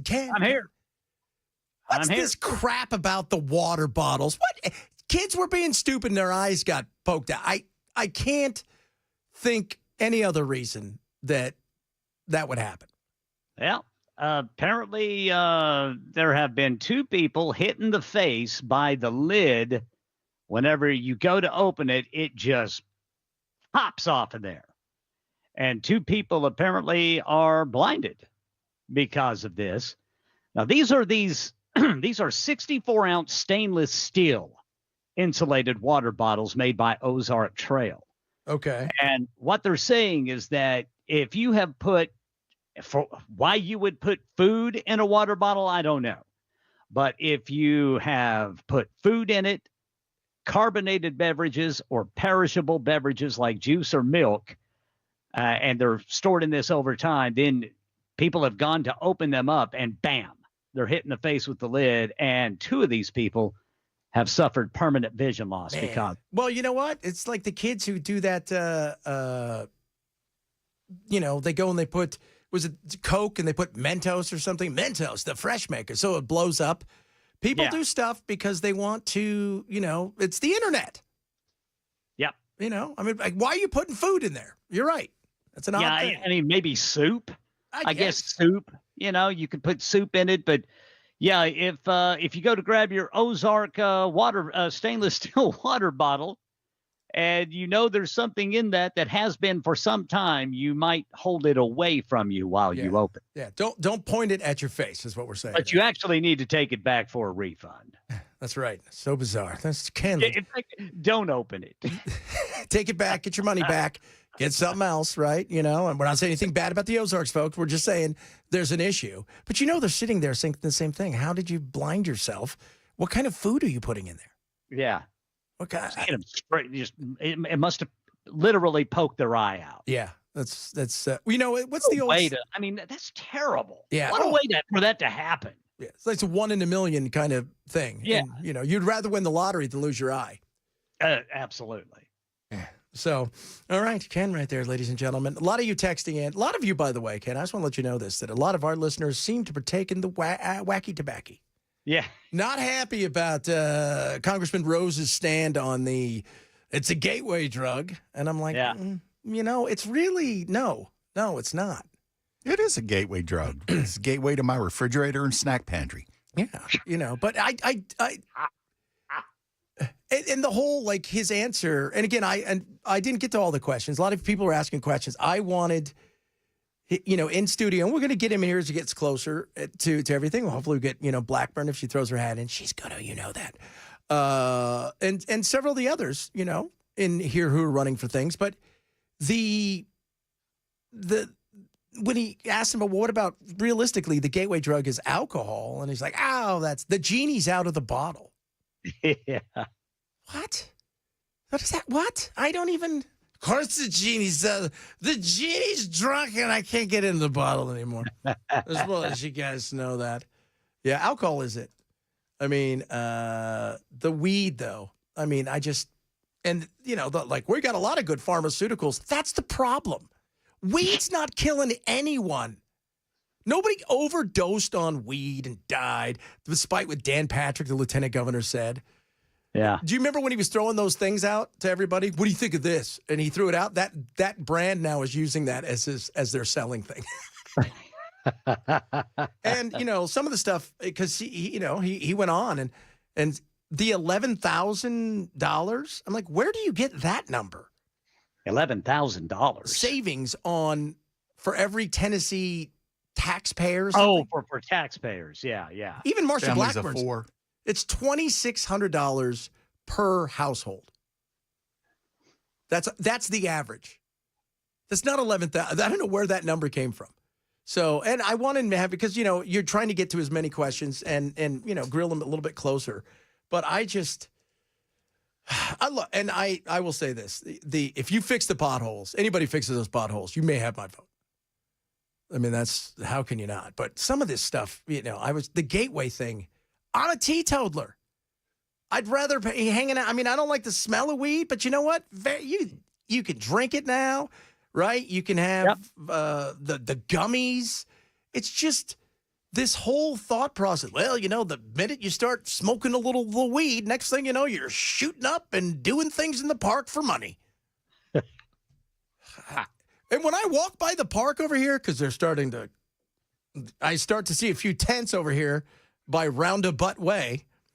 And that little park. Roundabout Way. That's what I call it, Roundabout. Because all of the naked butts, they're always drinking. I don't see them doing any weed. Right.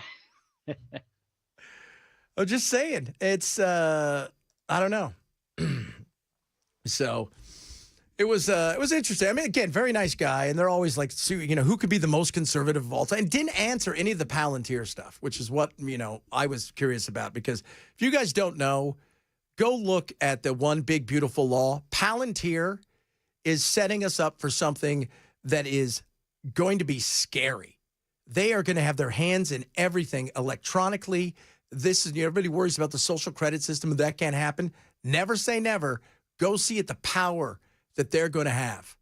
And see also how much money some of the Trump administration, Stephen Miller and a few, have in this. And when you know that the CIA is one of the investors early on in this company, I got some issues with that. I did. So we'll see. A lot of people here love cannabis. It's odd. How many of my listeners love the cannabis? THC has helped me quit drinking. Yeah. A lot of people feel that way, right? I mean, it'll do that. It's just doesn't leave you with a hangover. No, you're not bent over, vomiting or anything like that. You're usually in your house.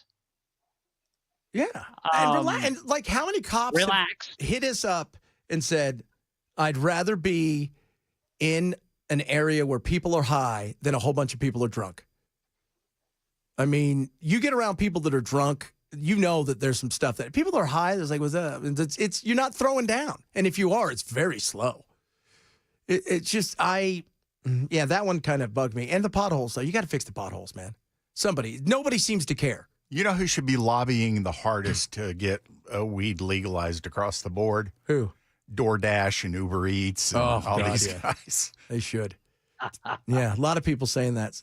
THC helps me with my PTSD and sleep. And there's a lot of great pharmaceuticals.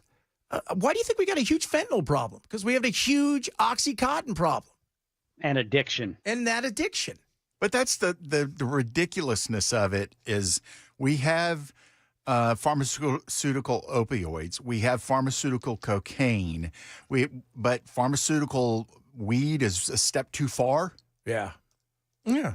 Well, because everything's a step too far for anybody until they lobby for you. And the problem with a lot of the weed is they don't have the lobbyist yet. You don't have the guys in the suits. You don't have the guys and gals in the suits and ties and the high-powered attorneys that look like, attorney Barbie that is walking up and down the street up there in K Street and lobbying in the right way. You don't have that, and you need that. So, we're going to get him in here for an hour, and we'll have some other questions. Like I said, I tried to run through as many as possible, and I let people talk because the reality is fighting with somebody isn't going to get you the answers you want. You got to make that decision for yourself.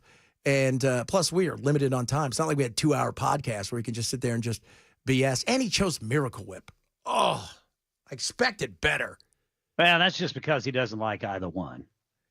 Yeah, it's just true. Well, then, the dry sandwich, I never got into that. That's a weird thing, right? That's an odd thing. The dry sandwich. I remember friends who would eat dry sandwiches. Just a piece of bologna in between some bread. He didn't say he wasn't going to use some mustard or something like that, though. He didn't say that. Well, we didn't ask him that. No, but, and you're right. Maybe he likes mustard and something else. I don't know. What else is there? Relish? Yeah. Sriracha sauce, sir. Sriracha. Everybody likes a sriracha. You know what, though, man? That could be the gateway drug. You never know, man. First, everything was cool. Then I took sriracha sauce. Next thing you know, I was eating mayonnaise out of the jar. That's it. It all happens that way, man. Coming up, let's have fun with a melon. What kind of melon? A super stupid, expensive melon. Plus, we got more of your text messages straight ahead. Chad Benson Show, Super Talk 99.7.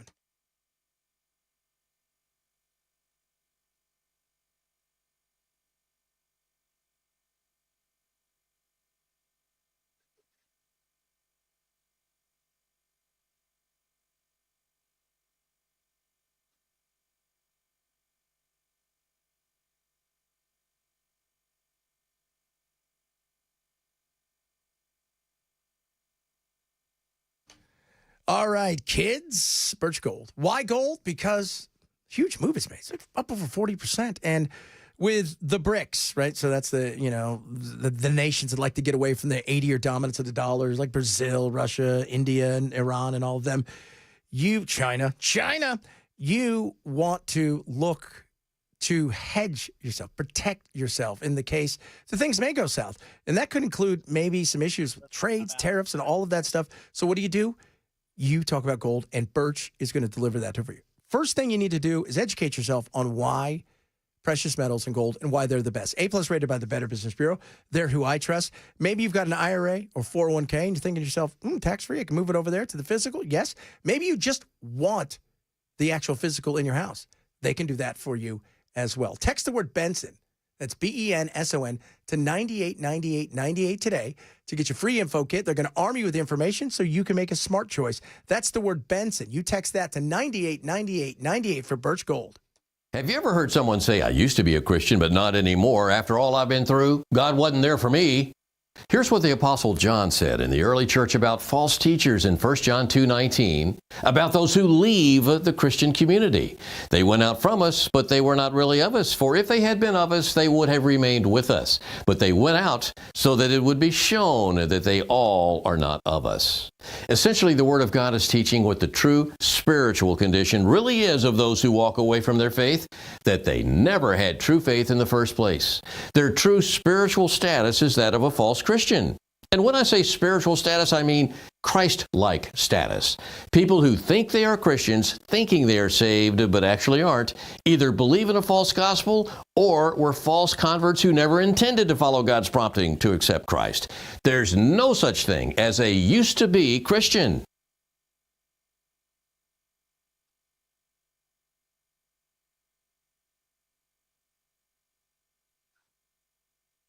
Weather can change in an instant, and you need to be prepared for any outcome. That's why Generator Supercenter of Nashville will help keep your family safe and connected. We make buying a backup generator simple and easy, with financing options available, free in-home estimate, turnkey installations, no worry warranty, and most importantly, the monitoring and service of your fully installed generator. Come see us at our location in Nashville or visit us online. Generator Supercenter of Nashville. We serve all Middle Tennessee.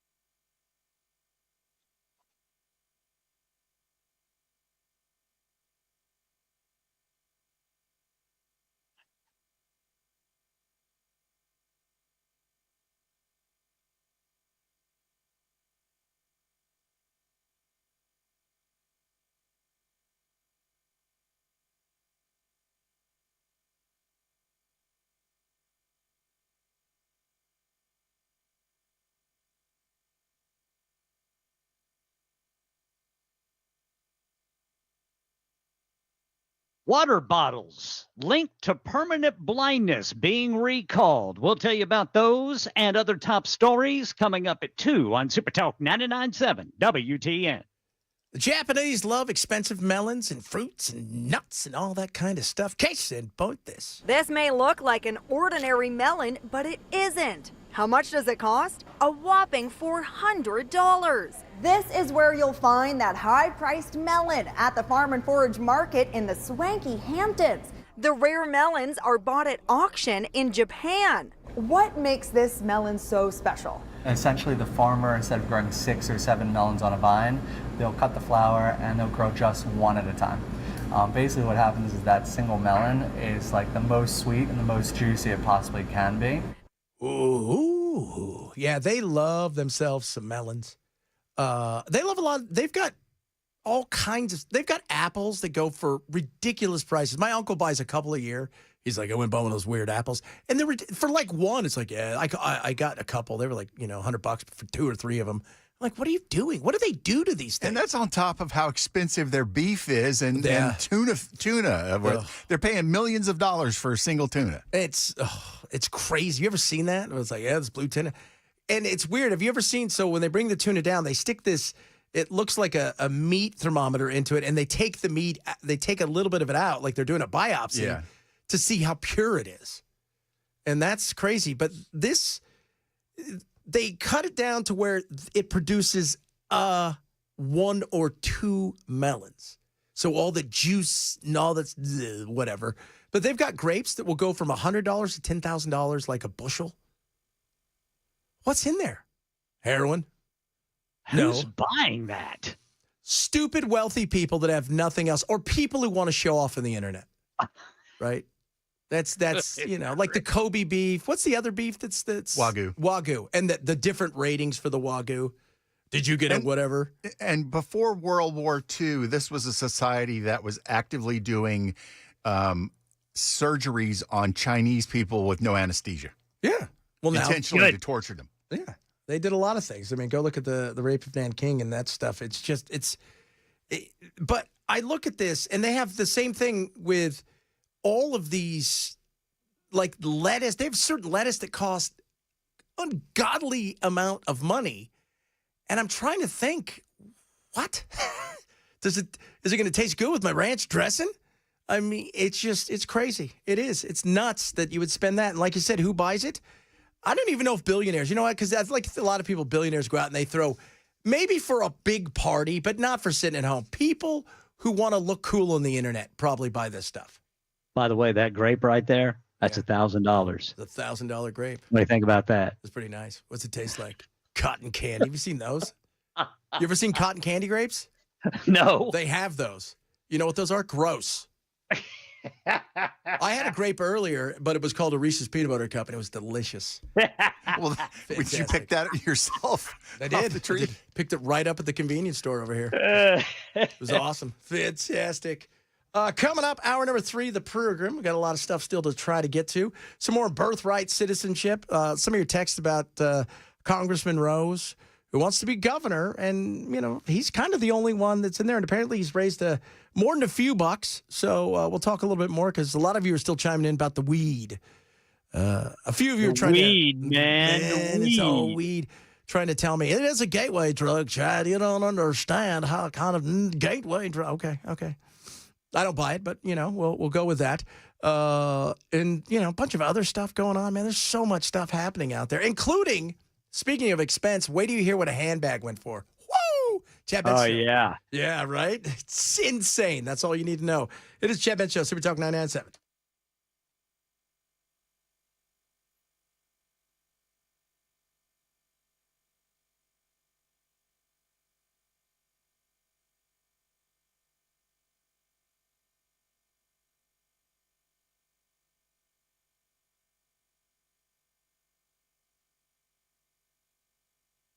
2 o'clock on the dot. I'm Ken Weaver with your top stories. Drivers, we've got a crash over by the airport. Police say it is 40 eastbound right there at Briley Parkway. Checking radar here. We've got some scattered showers out there. Right now, pretty heavy rain falling right there at Smyrna on I-24, and then in northwest Nashville over there on the North Loop downtown. Well, no, actually on Briley Parkway North. Looks like some pretty heavy rain there. All of this is very spotted shower activity. But if it happens, there is some lightning and some thunder in some of it. So just keep that in mind if you're outdoors today. And most of you aren't going to have to worry about it because it's just about a 30% chance that anybody is going to see anything. Got the full forecast coming up in 5 minutes.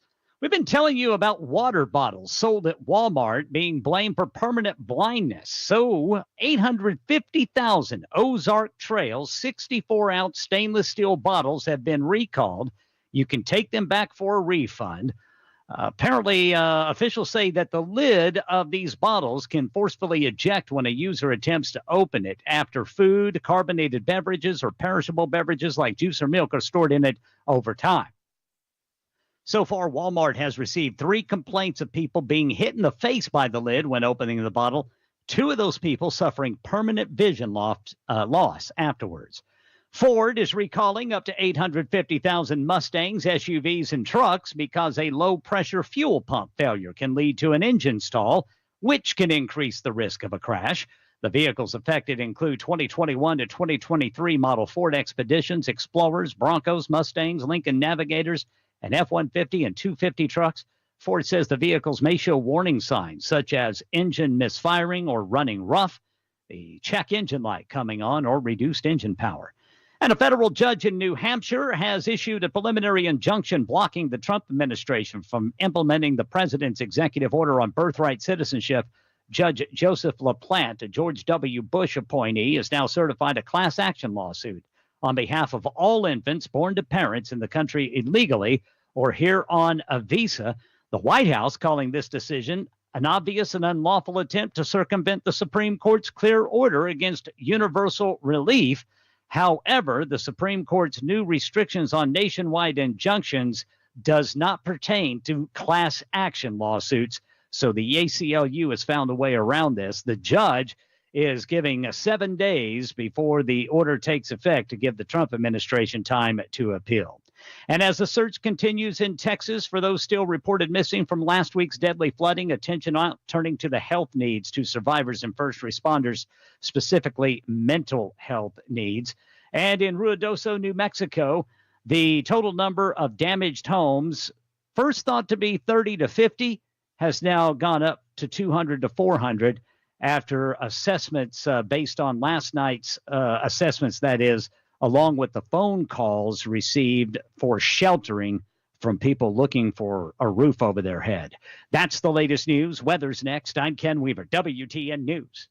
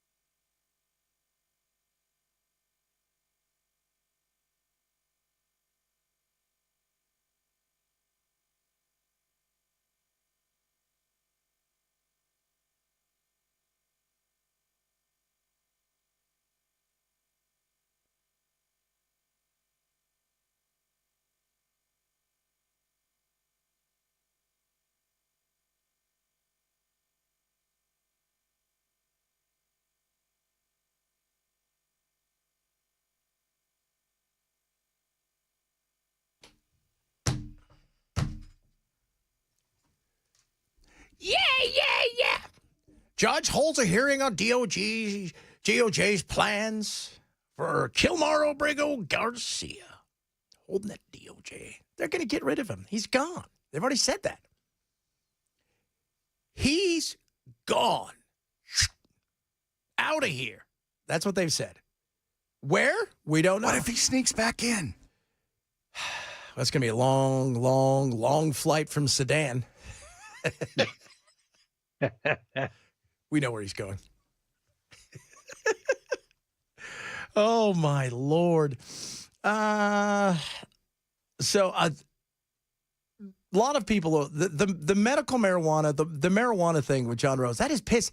I did not realize that there was that many weed smokers here on the old Chad Benson show, Lunchtime Fun Time.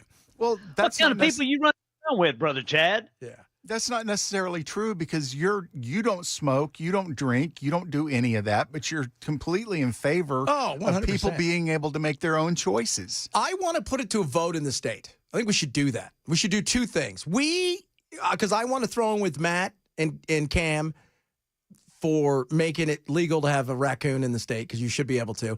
But rabies, you don't go steal one out of the neighborhood. You can buy them. And they're inexpensive, and they've got all their shots, and they're fixed, so you have nothing to worry about. Duh. And secondly, if we put marijuana, I guarantee you, we put marijuana on the ballot in this state, it will pass. Oh, yes. Yeah. And they would never want that. And if we got all the signatures you can dream of, I can guarantee you they'll find a way to go. Sorry, guys, you guys didn't get it in. It had to be in at 11:52. No, it had to be in by noon. Nope. This 11:52, and you got it in at 11:50, so we can't allow it. They would come up because they don't want to know. We can't let the people speak. They may say something we don't like. Yes, we're doing this for them, guys. Ken Bell, I'm doing this for you to save you from yourselves. Ah! Oh, jeez. Goodness me. That interesting. The ruling today by the judge. Everybody's like, how can that be? Because it's not a loophole. The Supreme Court said, yeah, one judge can't go and say, you can't judge shop. So you can't be in, Tennessee and you don't like a law, and then you're going to go to to California to find the judges you guys want that's left, and vice versa. But the class action essentially is a whole bunch of people from all over the place in all the districts say, we'll do this, and then you go to a judge, and that one will rule on all of theirs, which is what happened. But the appeal is coming, and all of this is going to mean one thing. It's going to the Supreme Court, and that's where this is going to be solved. And until then, I think this thing's going to, they'll be battled out. They have 7 days, Ken, to file an appeal? Yeah, 7 days. Yeah, that would be... they'll get that. They'll file it, and then it'll go back and forth, and then they're going to have a hearing, and then, they'll go. I still, some days I feel like they're going to do away with birthright citizenship, and other days I feel like they're going to say, no, this is what it is, that we've spoken before about this, and we're going to leave it alone. So we shall see. There's no doubt, though, this is going to be something that is going to be a battle going forward. We were talking earlier before we went to break about how expensive melons are in Japan and all this wacky stuff. This today happened. The unique original Birkin bag that fashion house Hermes made for actor and singer Jane Birkin is sold at auction in Paris for $8.2 million. The subsequent commercialized version of the bag went on to become one of the world's most exclusive luxury items, extravagantly priced with a years-long waiting list. On TikTok, because it's fun, I don't know if you've ever seen this person who deals in Birkin bags. She buys them and sells them. Man, just the little itty-bitty bags cost my boyfriend, he bought it for me, but I don't like blue. We had to wait 8 months for it, and I got it and decided it didn't look good in it. What did he spend? He spent $32,000 on the Birkin bag. What the hell's... I've seen them. And again, I'm not impressed by stuff like that. I'm also not a car guy, so I don't get... But man, that's a lot of money for a bag. Now $32,000. So, or even the $8... What do you do with an $8 million bag? That's it. Put your keys in it. No, you don't do anything with it. That's a piece of art. That's a piece of art. So the lady, the British-born actress, model, and fashion icon known for her effortless bohemian chic style, inspired the Hermes Birkin bag. She died in 2023. I'm fascinated. Man, we got to come up with something like that. It's like people who wear remember the Supreme T-shirts? And people would spend $1,000 on a T-shirt. I'm like, what the hell's wrong with you? It's a T-shirt. And you're selling T-shirts on your website for like $20. $20 delivered right to you. Right to you. And they're funnier than Supreme. I think the one we have up now is I want some more ice with my America. Whatever happened to Popin' Ain't Easy? I think that was up there for a while too. Popin' Ain't Easy. All kinds of stuff. So go to ChadBensonShow.com and check that out. But you want to know who's buying something for $8.2 million? Somebody who has more than $8.2 million. Because if that's your one role... Yeah. Oh, good God. It's like that person who bought the banana. Do you remember that? Oh, the one that was taped to the canvas. Taped to the wall. That was insane. That was just the ridiculousness of it, because the banana was going to rot and you're going to be left with a piece of tape sticking to a blank canvas. Somebody's all Supreme. I know Supreme has a history in the skateboard world, but skateboarders aren't buying Supreme. Supreme was being bought by influencers because it's cool. We have no influence here. Everybody's like, why does Ken sound different? Ken's visiting his cousin, Oscar the Grouch. So he's in a trash can today. And that's why. No, he's still at home because his air conditioner are they fixing it? Are they there yet, Ken? Haven't arrived yet, man. Oh, my God. Windows closing here in 45 minutes. Oh, that is. So what happens? You get like a pizza? If they're not there within their time, do you get it free? Yeah. I'm sure that they'll give us a coupon. Hey, the next time this get happens, spoken of derogatively on the Chad Benson Show. Nah, I trust these guys. They're pretty good. So, yeah, they're going to give you. I like though the joke about like getting a coupon, because they'll give you a coupon for something they just fixed that has like a 5-year warranty that you're never going to use again. It'll be for some of those weird apples in Japan. Oh, so I'm asking my uncle, I'm like, hey, Paul, what's that weird apple you guys buy that costs you so much money? Because some of these things, I don't know what the Japanese love that stuff, right? Well, I guess they just, it's the way that they're able to, like with Wagyu and with the Kobe beef, you know, we talk to it every day and we massage it and we give it a backstory. We want to know that when you eat this thing, it's great. It is. Yeah, they said, my uncle's like, oh, there's like so many of them because the Japanese make grapefruit. Thanks. That was a helper. A lot of you are chiming in about the marijuana. Man, the marijuana thing, though, that's a big deal for a lot of people. We should totally try to get it on the ballot. How many signatures do we need? I don't know. Have to look that up. That's a good one. Should we do it, folks? Should we try to get it on the ballot? That and go with Cam and them about and Matt about getting the raccoon to be the best pet you can buy. I would love that. I would. Now that we've got a new studio, I keep telling my wife I got to get something for the new studio. Maybe I'll get a raccoon. Trash Panda. I'm not working in that thing with a raccoon. You would love it. Why would you not? What do you think the raccoon's going to do to you? Bother me. No. You would look over it and you're like, that thing's stupid. And then within 20 minutes, you'd be hanging out every day with it. You're like, dude, can I take your... You know what it's like trying to work on stuff with my 2 cats in the room? Yeah, my cat in the morning. We have a routine. I get up at 2:30 or 3.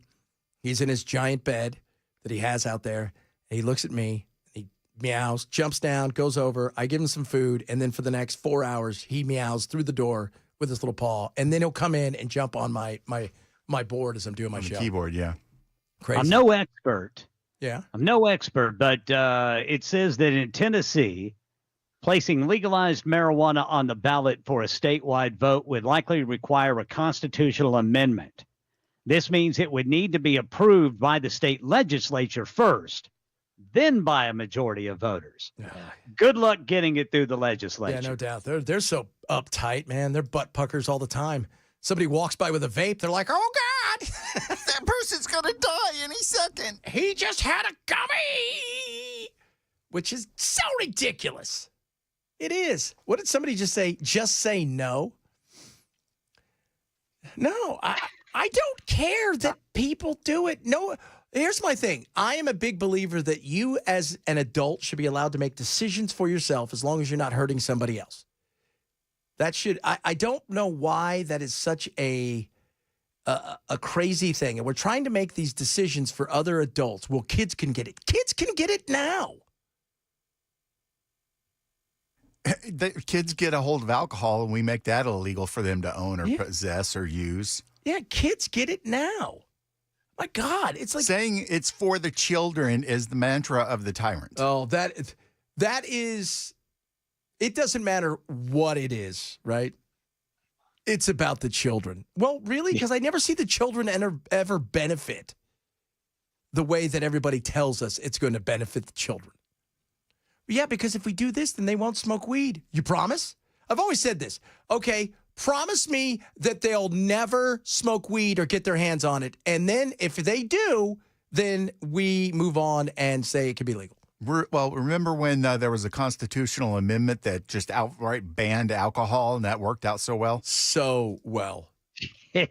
So well. I'm watching, speaking of that, I'm watching, I don't know if you would love this, Ken, Empire Boardwalk. Have you seen it? No. Nah, that's not my jam. I thought, well, you and me, and do we like our gangsters? Oh, yes. This is what it's about. It's Atlantic City, and it's about prohibition starting. And it is great, and it's got the violence in it, and it's at the point where Al Capone is a nobody, and you got Lucky Luciano's like a 20-year-old snot-nosed kid, but it's about the going into prohibition and how excited all of these guys were, and how even some of them got to the Temperance Society to get them to do this because they knew they'd make so much money if it was illegal. Oh, I thought you were talking about like Empire Records or something. No, that's a silly show. Well, now that's something I definitely watch. And it's got Steve Buscemi in it, who is just the best actor. Fascinating. I am fascinated by organized crime. I am too. I just am. It's fascinating. And you will then you'll love this because it's just after World War I, and it's all about the prohibition and the funny thing is, all the prohibition, nobody stops drinking. Even the people who push for it, they don't stop drinking. Right. It's Which just is how it everybody else. usually works. It's like I need to ban this for you, but I know how to handle it. Yeah. Huh? There you go. That's it. I know how to handle it. I'm doing this for you, and now you'll have to live under the laws that I did for you for betterment of your life. I'm going to live above it. Because it's for the children. Boardwalk Empire, not Empire Boardwalk. My bad. Sorry, Fletch. Boardwalk Empire. That's what it is. Empire. Check it out, dude. You will say, dude, thank you so much, Chad. That thing's amazing. It is incredible. I started watching it. I'll watch one episode. 4 episodes in yesterday. I was like, this is amazing. All right, I'll check that out. But I still can't get over Helen Mirren as Maeve. Oh, she's the worst. In Mobland, man. You watch that, you're like, I have a new hatred of Helen Mirren, and I love her. Yeah. She's awful in that. She's Maeve so and awful. Conrad. All of the other mobsters in that, you're like, you're nowhere near as horrible as she is. And she may have scared Al Capone. Yeah, totally. You're right. That's how brutal she is in this. And it's all in her mind and her back dealings. That's a great show. Coming up, we got other stuff to talk about today. Sharks everywhere. Talk a little bit about maybe some Epstein stuff, too.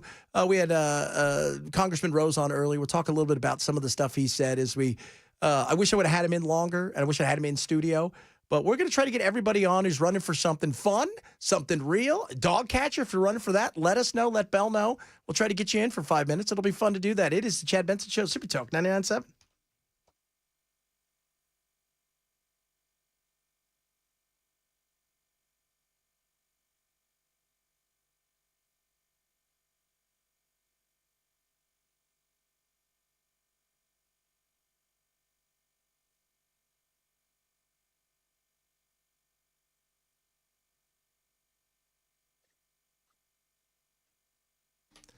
Raycon, best earbuds around. Love my Raycons. You'll love yours. The fit, incredible. The sound quality, second to none.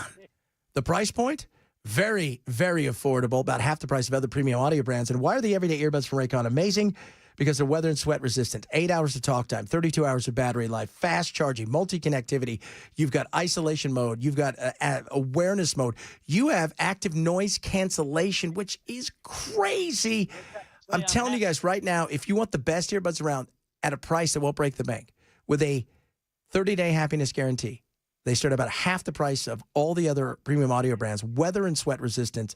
It's the everyday earbuds from Raycon. Now get yours. Save 15%. Go to buyraycon.com/Chad today. That's buyraycon.com/Chad for the absolute best earbuds around. The everyday earbuds from Raycon. Buyraycon.com/Chad.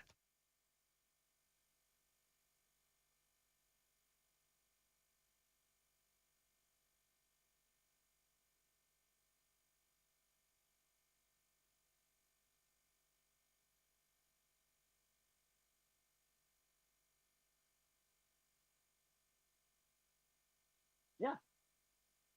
Yeah. Go ahead.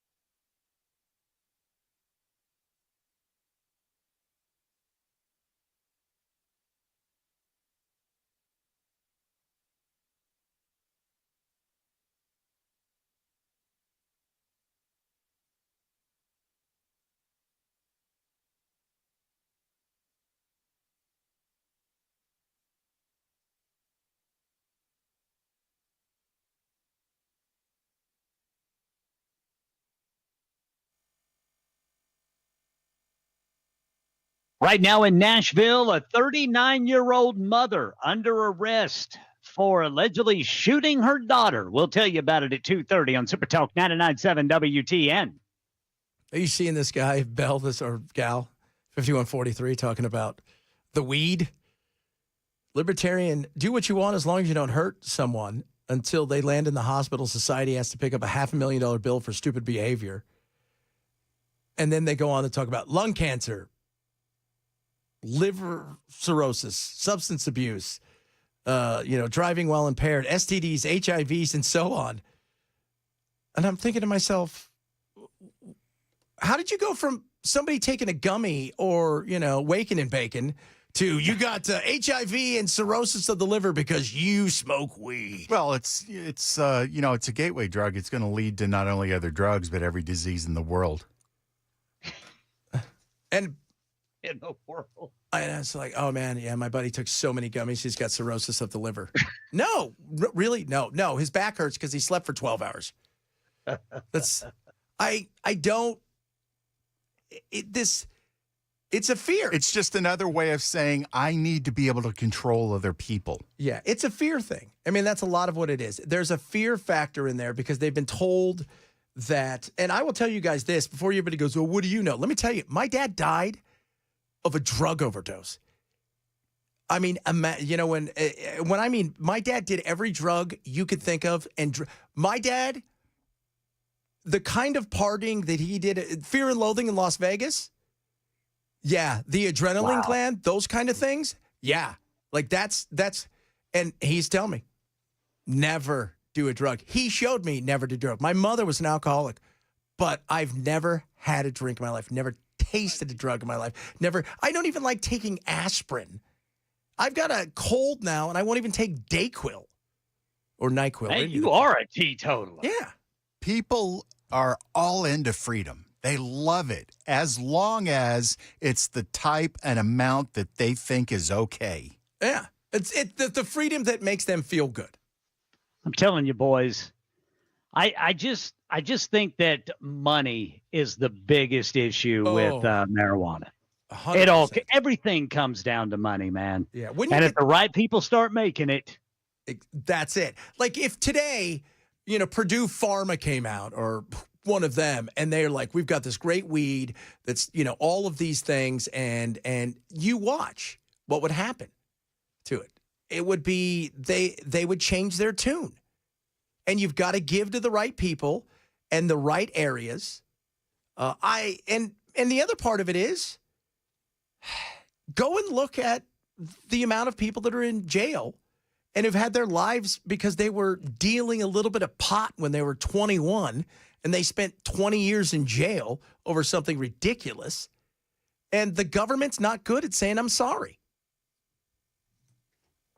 They're not. They don't say I'm sorry. They say qualified immunity. Qualified immunity. That's right. Nothing to see here. Nothing to see here. It's personal responsibility. It's a damn good thing. And more people should want that.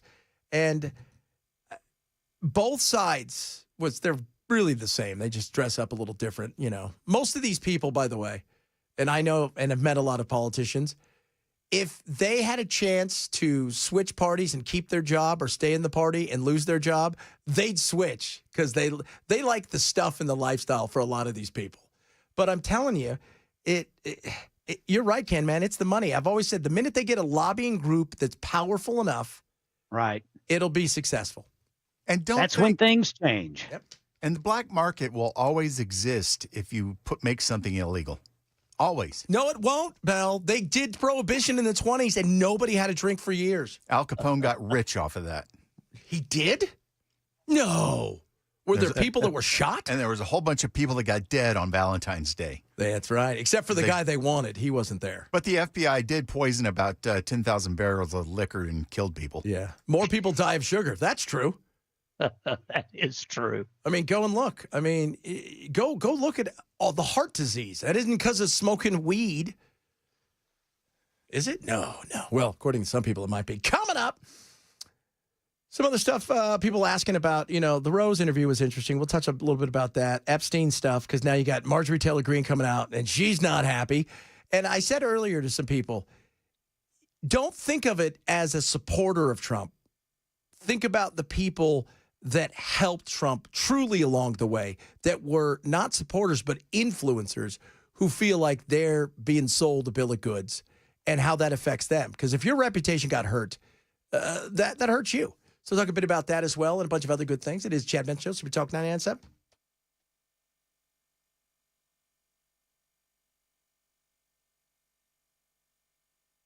2:30 on the dot. I'm Ken Weaver with your top stories. Checking radar. The heaviest rain right now in Middle Tennessee is over Smyrna.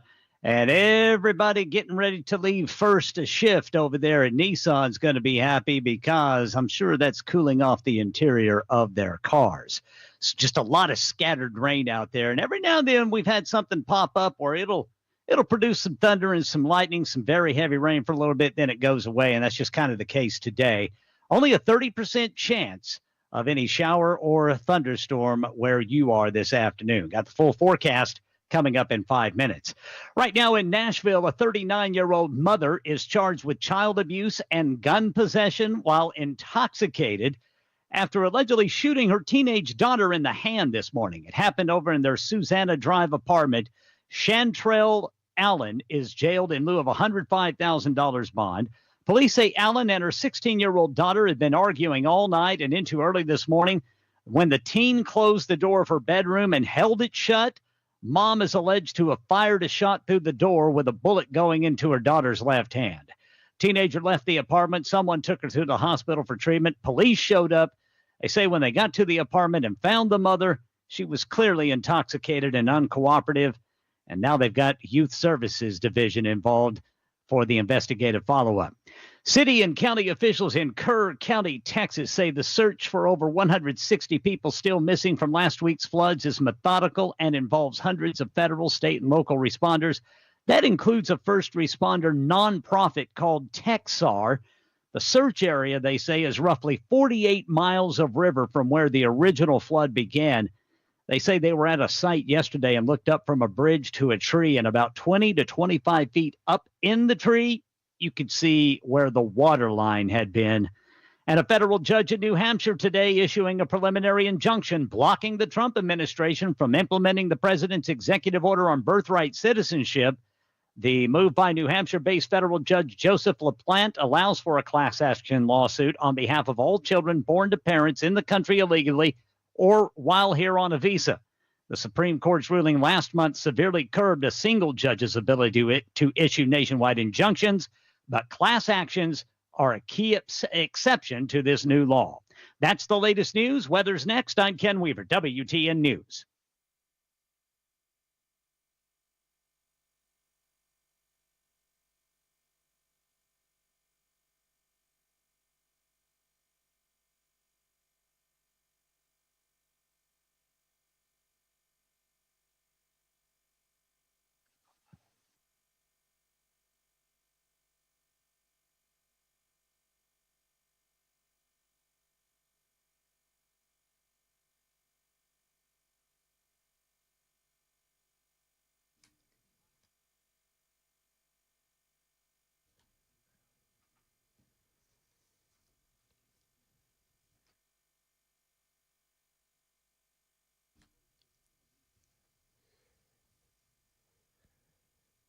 Byrna Technologies, these things are awesome. So I'm a big 2A guy. Love our guns. But I love the fact that Byrna is less lethal, but it's still amazing. The thing about this is wife can handle it. She's not afraid. It's a great way to teach the kids how to handle things like guns without the gun. And I'm telling you what, guys, what it can do is incredible. Cops use it. It's a great stopping power. And again, less lethal. And the other great thing is it's a great way to train. And you could train with these things in your backyard. You could train with these things in places for a tenth of the price and get a real feel. And that's when I hear a lot of people talk about it. The look, the feel, all of it is incredible. The new one's just like a Glock. It's incredible. Byrna is located right here. You can go see them there in Franklin. Call 615-558-0534. They're open 7 days a week. Check out their website. Go to byrna.com to find out what hours they have, or give them a call and go over and check out, hey, all the things they got, 10% off. Just say Chad sent you. 615-558-0534.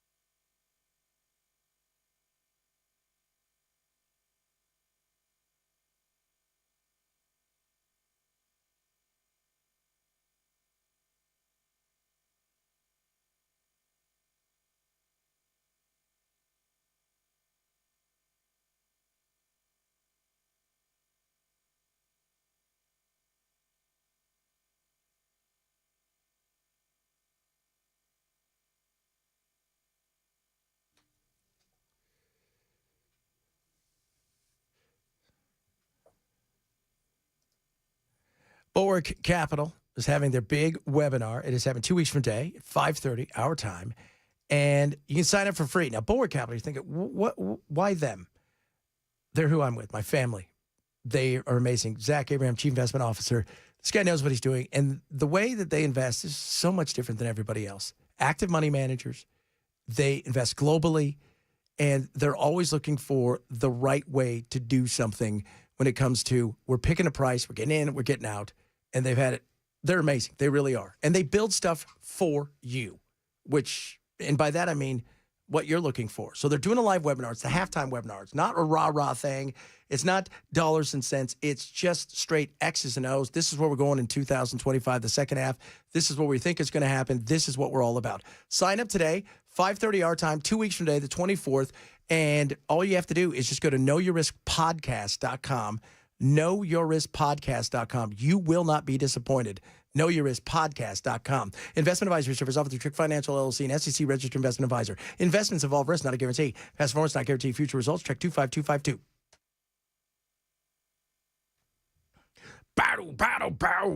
Wow.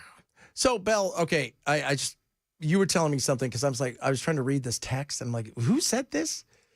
People scrounging for food, eating pets, murdering people for a glass of wine. Now, what was that about? The texter had said that, we've only had wine available in grocery stores for about 10 years now. And every prediction I said, yeah, and that's what turned Tennessee into a desolate apocalypse, with people scrounging for food, eating pets, and murdering other people for a glass of wine.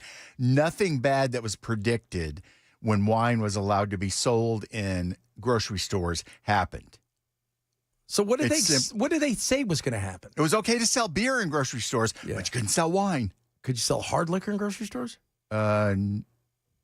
No, I don't believe you can. What was the wine? But you can buy hard liquor. Oh, you just go to a liquor store. Yeah. Sorry, I can't buy my wine here where I buy my meats. I have to go across the street where I could buy lottery tickets and wine and other booze. Might make me more drunk. What was the reasoning that was wine seductive inside of the store? It's like, man, I was looking at those hot dog buns, but the wine's been calling me. I have to choose between the two. It's so bizarre. I love the dire the world's coming. And the thing that people say, well, look at what happens in California. California is the worst example of everybody goes right to that because California stopped doing anything. The laws they put in place to decriminalize stuff, they didn't even follow those laws. They just said, nah, we don't care. So that's not a good example. Portugal, by the way, it's gorgeous. It's amazing. Portugal, everything's legal. But you don't get to do it on the streets. You don't get to do any of those things. None of that stuff. There are rules. You can't sell it to a 15-year-old. No, because they were adults, and they're like, this is how life should be. Adults will be able to do adult things, but they're not doing them out here. And, it's just, oh, man. And if there's bad repercussions from one of your personal decisions, that's on you. That's on you, which, again, is it's a wonderful thing, having the opportunity to, and I'm not saying bad things can't happen because people don't do stupid things. We all know they do. People do stupid things now and bad things happen now. It's not that's not a reason to limit people's freedom. No. Everybody's it was the liquor stores that didn't want the wine sold. Well, yeah, of course that. I mean, we all understand that's insanity that they're always doing. By the way, it's the pharmaceutical companies that don't want weed. If they came up with a weed today that you could take as a gummy that would fix your whatever, pharmaceutical companies would do everything in the world to bury it and make sure it never came out. I think Sally has a good point, too. It's, kids normally are bugging their parents to buy a certain sugary cereal when they're in the grocery store. And when wine went into the grocery store, then suddenly little Johnny, 8 years old, is just begging for that Cabernet. Oh, that's right. It's like tricks, right? I remember in New Mexico, we could buy liquor in convenience stores. Yeah. It's the ATF should be a convenience store. Yeah, it was behind the clerk, but you could buy it there. Yeah. That's just, I know. I've been, Utah is one of those places. Have you been to Utah where it's like, yeah, you can only buy a certain thing at a certain time, and it can only go. It was, they've got, because of the Mormons, the power, they got all this stuff. Yeah. And Space Mormons or regular Mormons? Regular Mormons. Space Mormons don't care because they're too busy with their thetans, fighting it off with their DC 10s or 9s or whatever it is, flying over the giant volcanoes. Don't sue us. Speaking of suing and lawsuits and anger, people are pissed about this whole Epstein thing. Well, we have photographs of Ehud Barak, the prime minister of Israel, and the head of one of the Mossad agencies going in and out of his house. We have those. There's photos, right? Yeah. So stop telling us to not believe our eyes and ears. On this program, Congresswoman Alan Dershowitz said he brought Jeffrey Epstein to Israel to meet with high-level government officials. He told me that. I couldn't believe it when he told me, but he said, yeah, totally, he could have been Mossad. And we know Ghislaine Maxwell's. It was Ghislaine Maxwell's. Can't go to Israel and meet with high-level officials, right? So why was Jeffrey Epstein? So I'm not again. The picture that's being painted here is, and it's pretty clear picture, is that Jeffrey Epstein belonged to Intel. Now, we have an interesting little nugget out this morning where Data Republican was able to find that he was a CIA agent. He bragged about it openly. And it's in print from about 25 years ago. The Evening Standard wrote up a profile of Epstein. And he was bragging about being a CIA agent then. And I talked about it earlier. You go back 2021, great article in BuzzFeed. Leopold, I think Jason Leopold did this great article about all the CIA people who were caught with child porn, doing things, and because they were CIA or they belonged to intelligence, they did nothing. They only got, out of the 14, one of them was tried, and not because of the child porn or any of the other stuff. It was because he handled classified information wrong.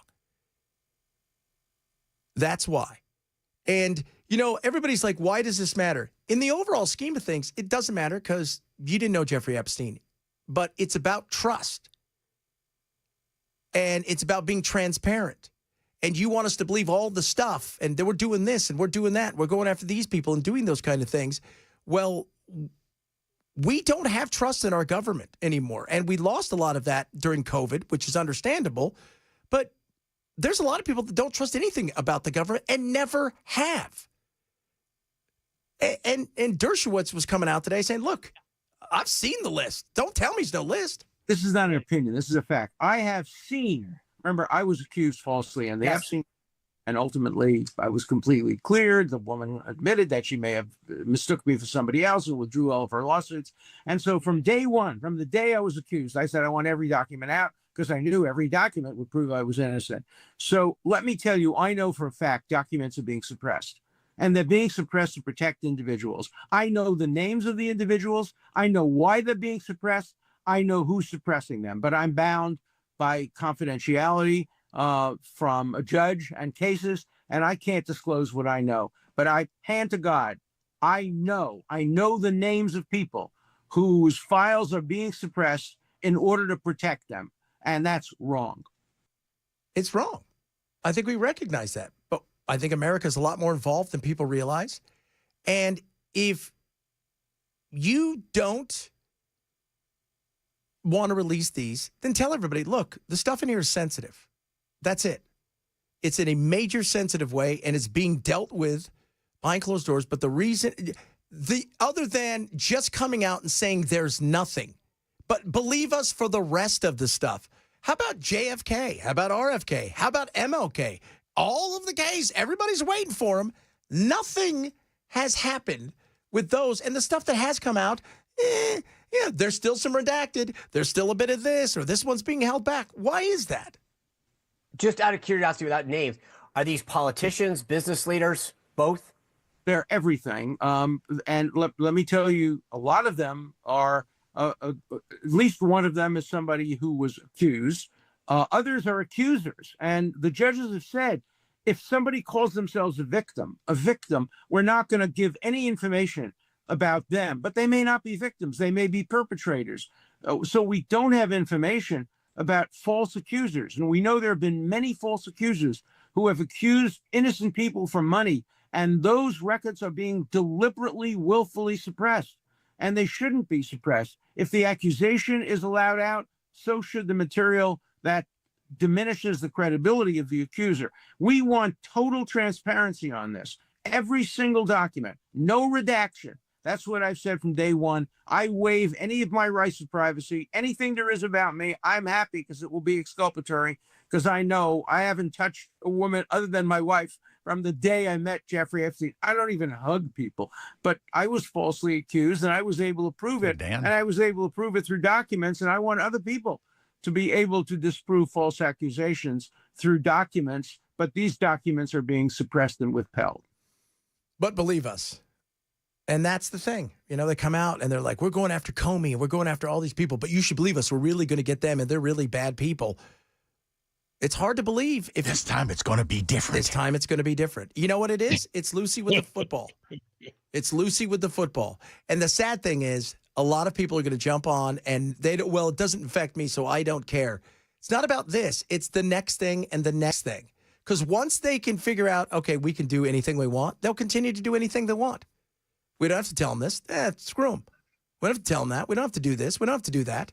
And when I hear the thing I hear is, oh, some of these people were just acquaintances or they had lunch, so we can't release it.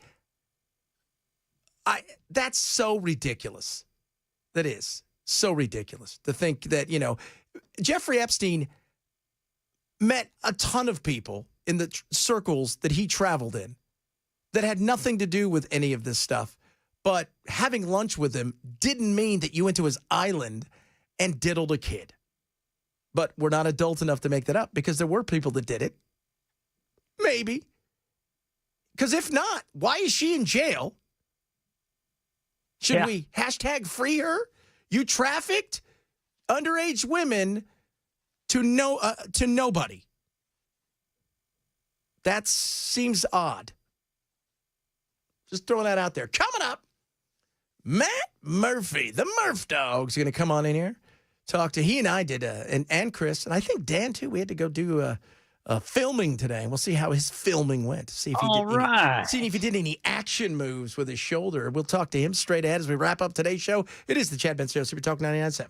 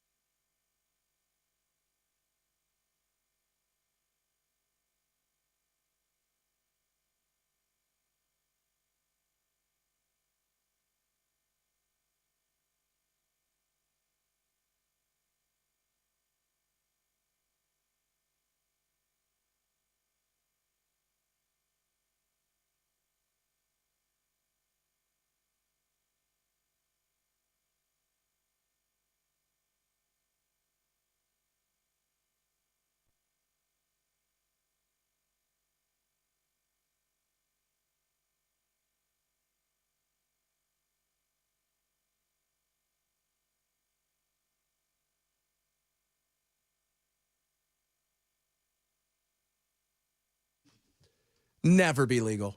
We were talking about the gateway drugs, and you brought up caffeine, and I said, if they discovered caffeine today, it would never be legal. Yeah, it would be hard. Caffeine, nicotine. Yeah, any of that stuff. Well, it would be legal so long as you routed it through the pharmaceutical industry so that the pharmaceutical industry could make, a lot of money on it. Weed can be decriminalized, I'm sure, at a federal level. I think that may or may not happen. Who knows with Trump? But I do know this. If it's ever going to be legal, the pharmaceutical companies are going to have to be the big dealers. Or the government. Right?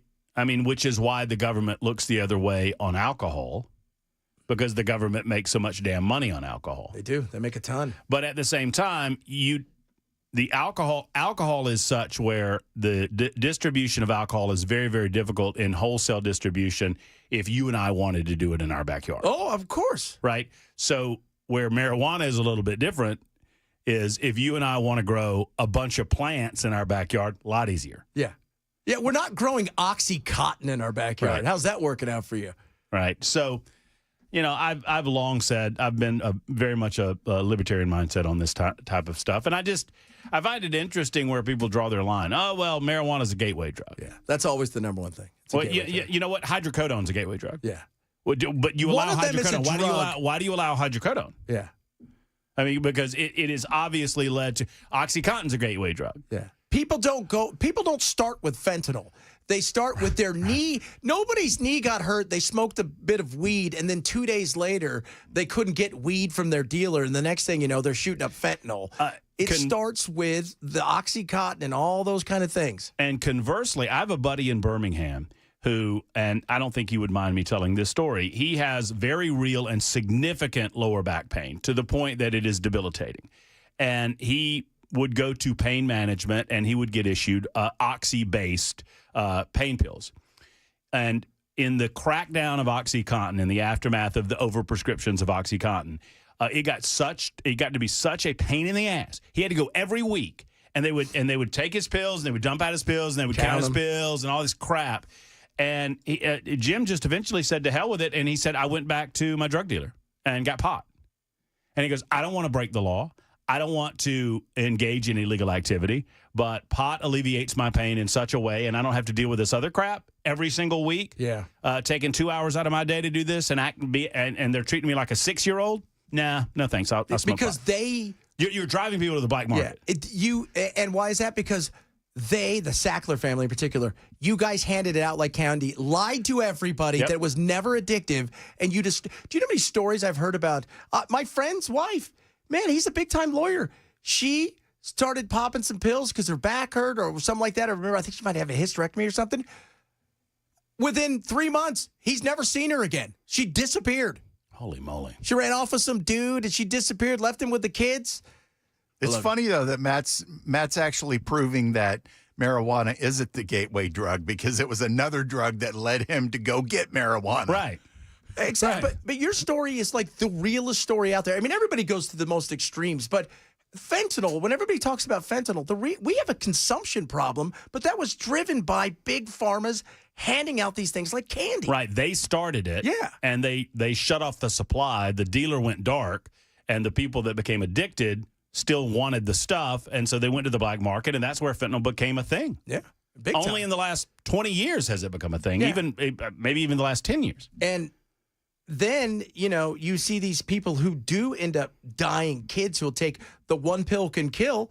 Well, that's because they thought they were getting an Adderall. They weren't looking for an Oxy. And the next thing you know, it's laced with fentanyl and it's over. But it all starts with the fact that we handed these things out for years, these big pharma, like candy, and then told everybody, it's not addictive. I'm fine with legalize it, regulate it, structure it in such a way where you know what you're getting when you buy it, and tax the stuff and be done with it. Be done with it. So I hear you're talking about chickens. I'm talking about chickens today. So we brought this up in the last half of the show yesterday, and it hit hard enough that I thought that I would readdress it because I'm very curious where the audience is on this. Like, where do you draw your line on where government's allowed to interfere in your daily life?